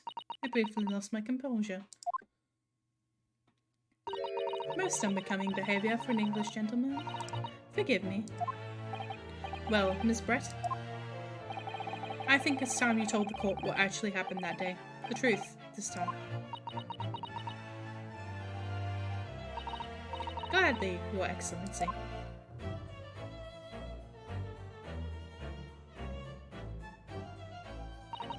It was I who took the professor's life, using Kurai. As you surmised, I chose that particular day for one very important reason. The professor had a dental appointment for the extraction of one of his teeth in the morning. So you planned to kill the professor, knowing that no trace of poison would be found in his water. Because Kurai is unheard of here in Japan. Yes. Of course, I never intended to remain at the restaurant for as long as I did. I only needed to see the professor take one tiny sip of his water, and it will all be over. I would place the steak I had ordered in front of him to make it appear as though he had been dining alone, and leave immediately. However, before any of that had happened, there was an unexpected visitor at the professor's table. That would be me, I suppose. Yes, you. Who else? Such a trifling matter, but the fact that you decided to come over to greet the professor meant that I had lost my chance to slip away unnoticed. In due course, the professor took a sip of his water and was paralysed. I made sure he was sitting in his chair so he wouldn't fall. There was no going back at that point, so I concocted a plan in the spur of the moment. I planned to pin Dr. Wilson's murder on this innocent man. I had happened to know that the professor always carried a gun. I decided to use that fact to my advantage. I had the bottle of Kurai in my handbag, and my own pistol concealed under my skirt. Under your skirt? So I was right, there were two guns. Yes. And then I finished my coffee and got up to leave. That's when I noticed the professor's gun, which you had presumably placed on the floor. A place where you were sure I would not notice it. Everything went according to plan. I noticed the gun as I intended. And then, just as you bent down to pick it up,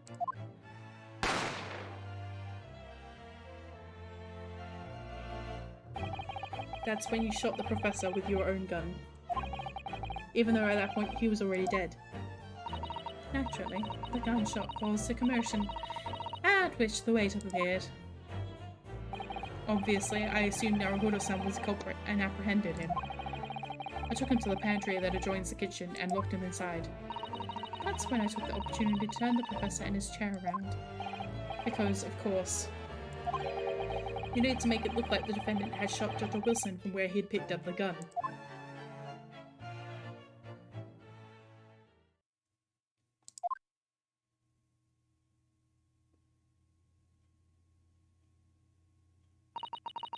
So there you have it. That is the entirety of my misdemeanor.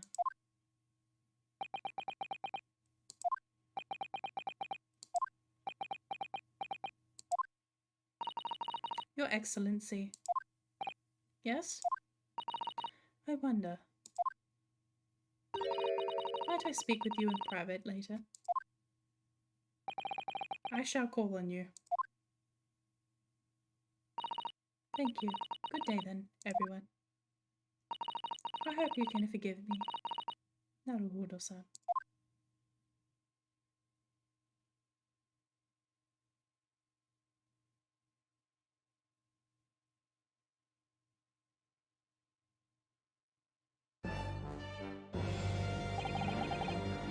It would seem this trial has finally run its course. I presume the prosecution is in agreement. This can't be. Takatsuchi Ochi does not lose. Not to the likes of this rookie student. You'd better start getting used to tough opposition. Ah! Ryunosuke Naruhodo! What? Yeah? The Sensei Ochi family name will never be forgotten. You've become conceited with age, Council, but the old have to stand aside and make way for the new. It's the way of the world. May you never forget that.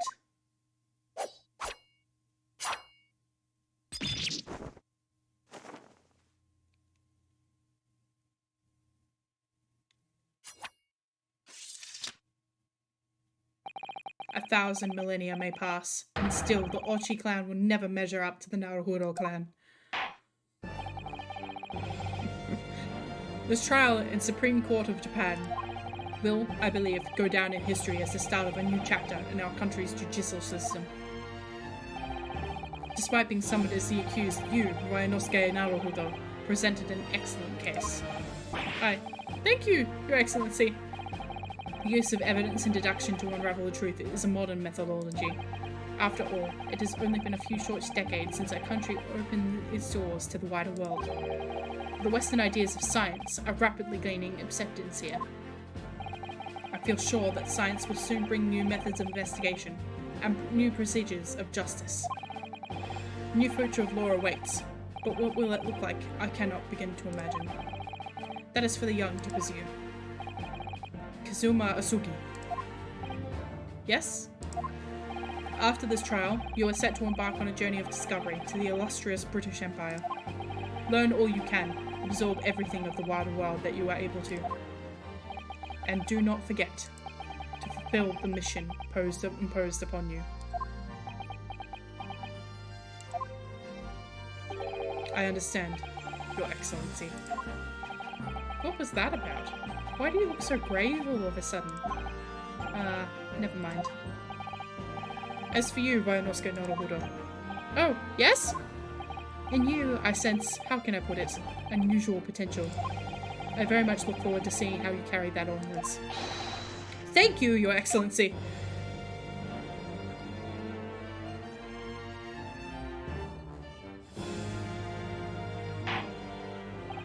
It is time to deliver the final verdict. I hereby find the defendant, Ryunosuke Naruhodo, not guilty. Woo! Woo! Oh, it's Sakura petals! Woohoo! Oh, she's still stuck in that expression. This court is now adjourned.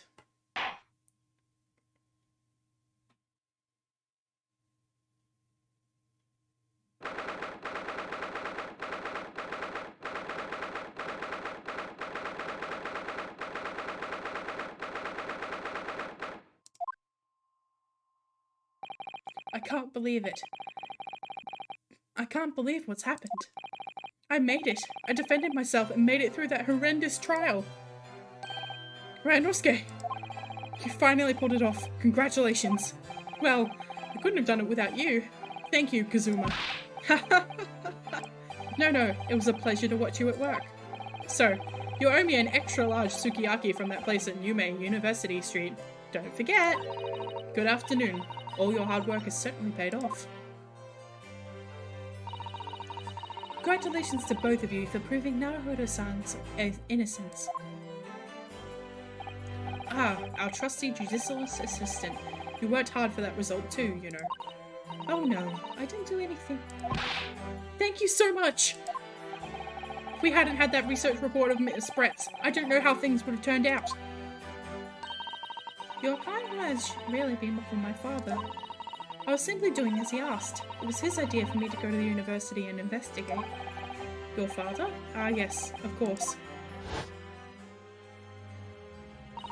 Forgive my intruding on the court proceedings, Your Excellency. Susato Mikadoba, Judicial Assistant to the Defense. Speaking of Mikadoba. Ah, there you are. I believe congratulations are in order. Naruhodo, you did an excellent job.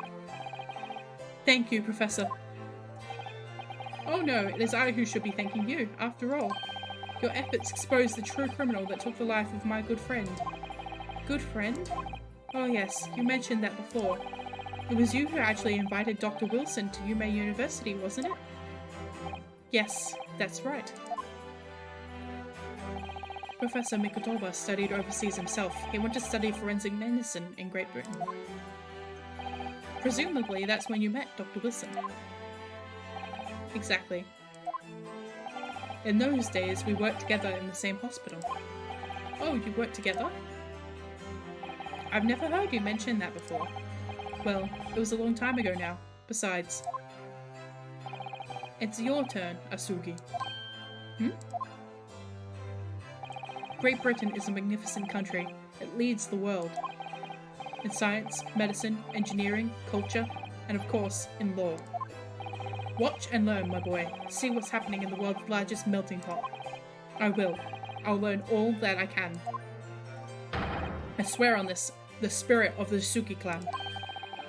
You're not taking that sword to Great Britain, are you? Of course I am. The Japanese man's katana is his soul. This blade shows me where I need to go. And cuts down anything that's in my way. Yes, I've definitely seen how sharp it is already with my own eyes.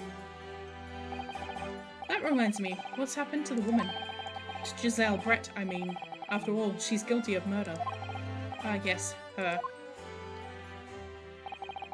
It's not easy to tell you this, but... What do you mean? Surely she's going to face trial herself now. She's the true culprit, after all. She will be leaving Japan the very near future, for Shanghai. What? Shanghai?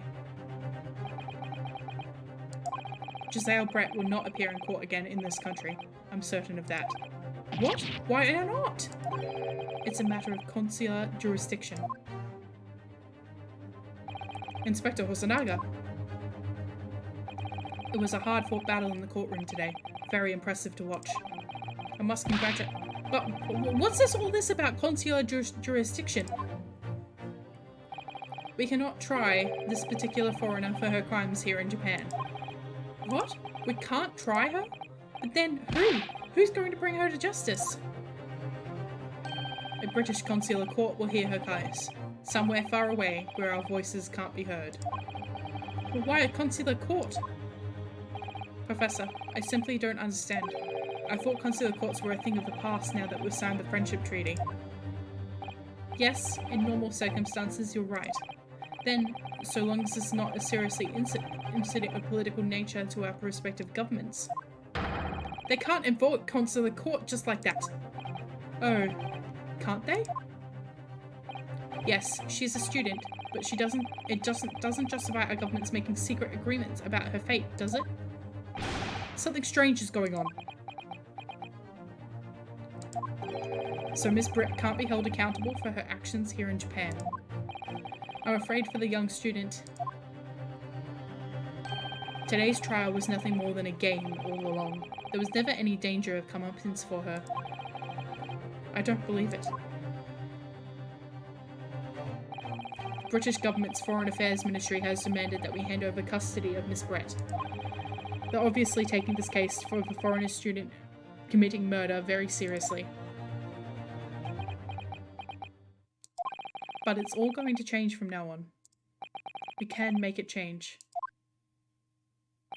This is a time of great turmoil, and this new era has been heralded by the start of this 20th century. One day, I have no doubt, that woman will receive the judgment she deserves. Yes, change is coming, and we're the ones driving it. Well, I think that's enough seriousness for now. This evening calls for a celebratory drink. But Professor... You're right. This is no time for gloomy faces. We should be celebrating Ryunosuke's not guilty verdict. Let's start having some fun. In that case, might I suggest La Carnival? As a head waiter, I should be delighted to provide you with ample food and drink. For a detective, Hosonaga-san, aren't you? Let's not worry about details for now. To La Carnival, will you accompany us, Professor? Of course! La Carnival's food is second to none. I shall go and attend the paperwork for Naruhodo-san's release. Oh yes, thank you.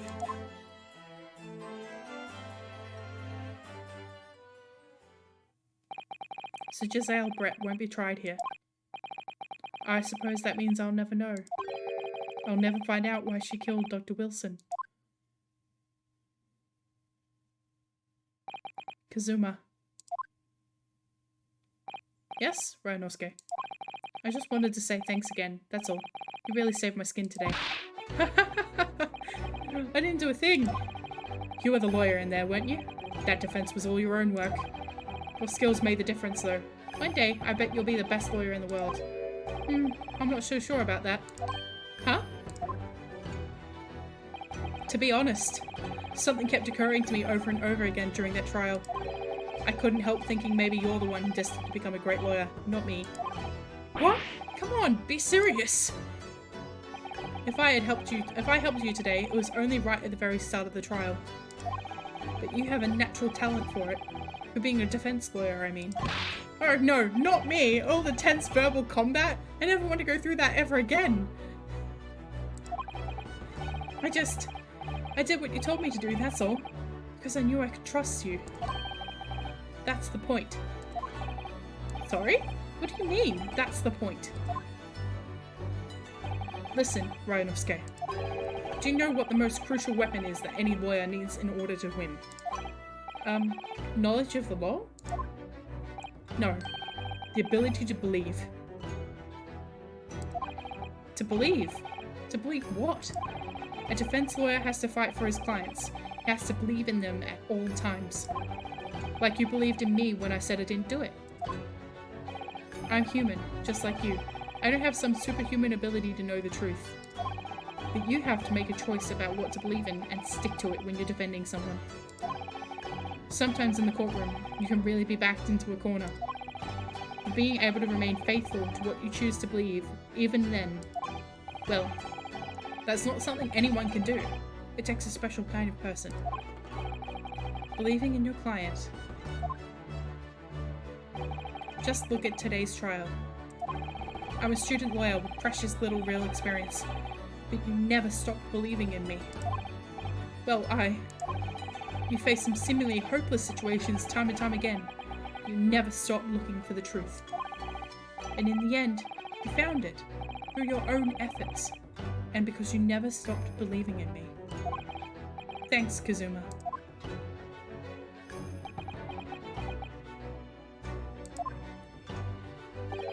There's something I want to ask you, actually, Ryunosuke.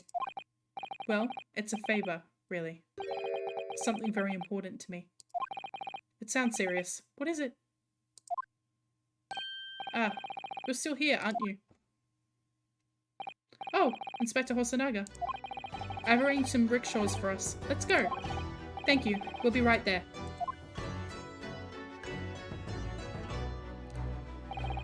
Let's pick up this conversation again later. We should be celebrating right now. Your first court victory. And your study tour to Great Britain, don't forget. Ah, yes. That too.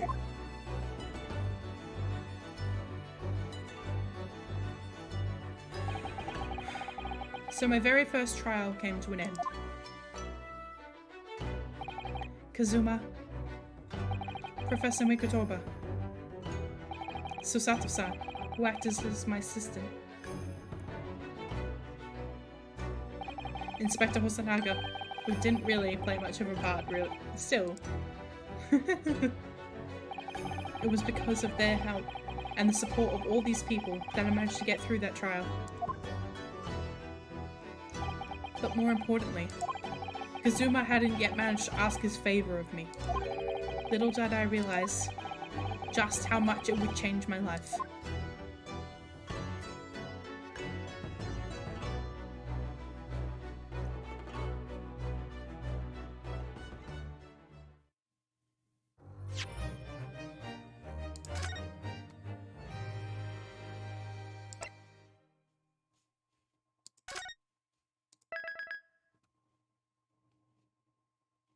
I don't know if it...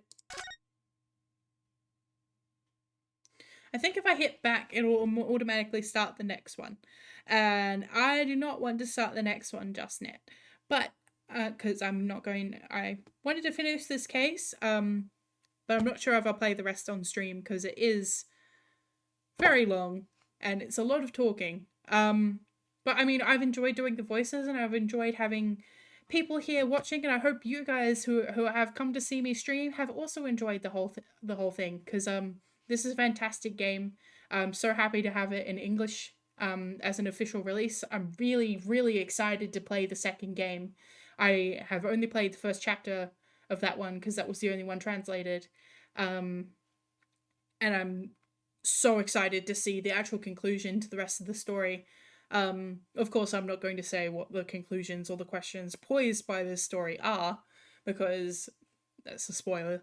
But thank you for coming. Thank you for staying along, no matter how long you've been here. Thank you for the followers that I've gotten throughout tonight.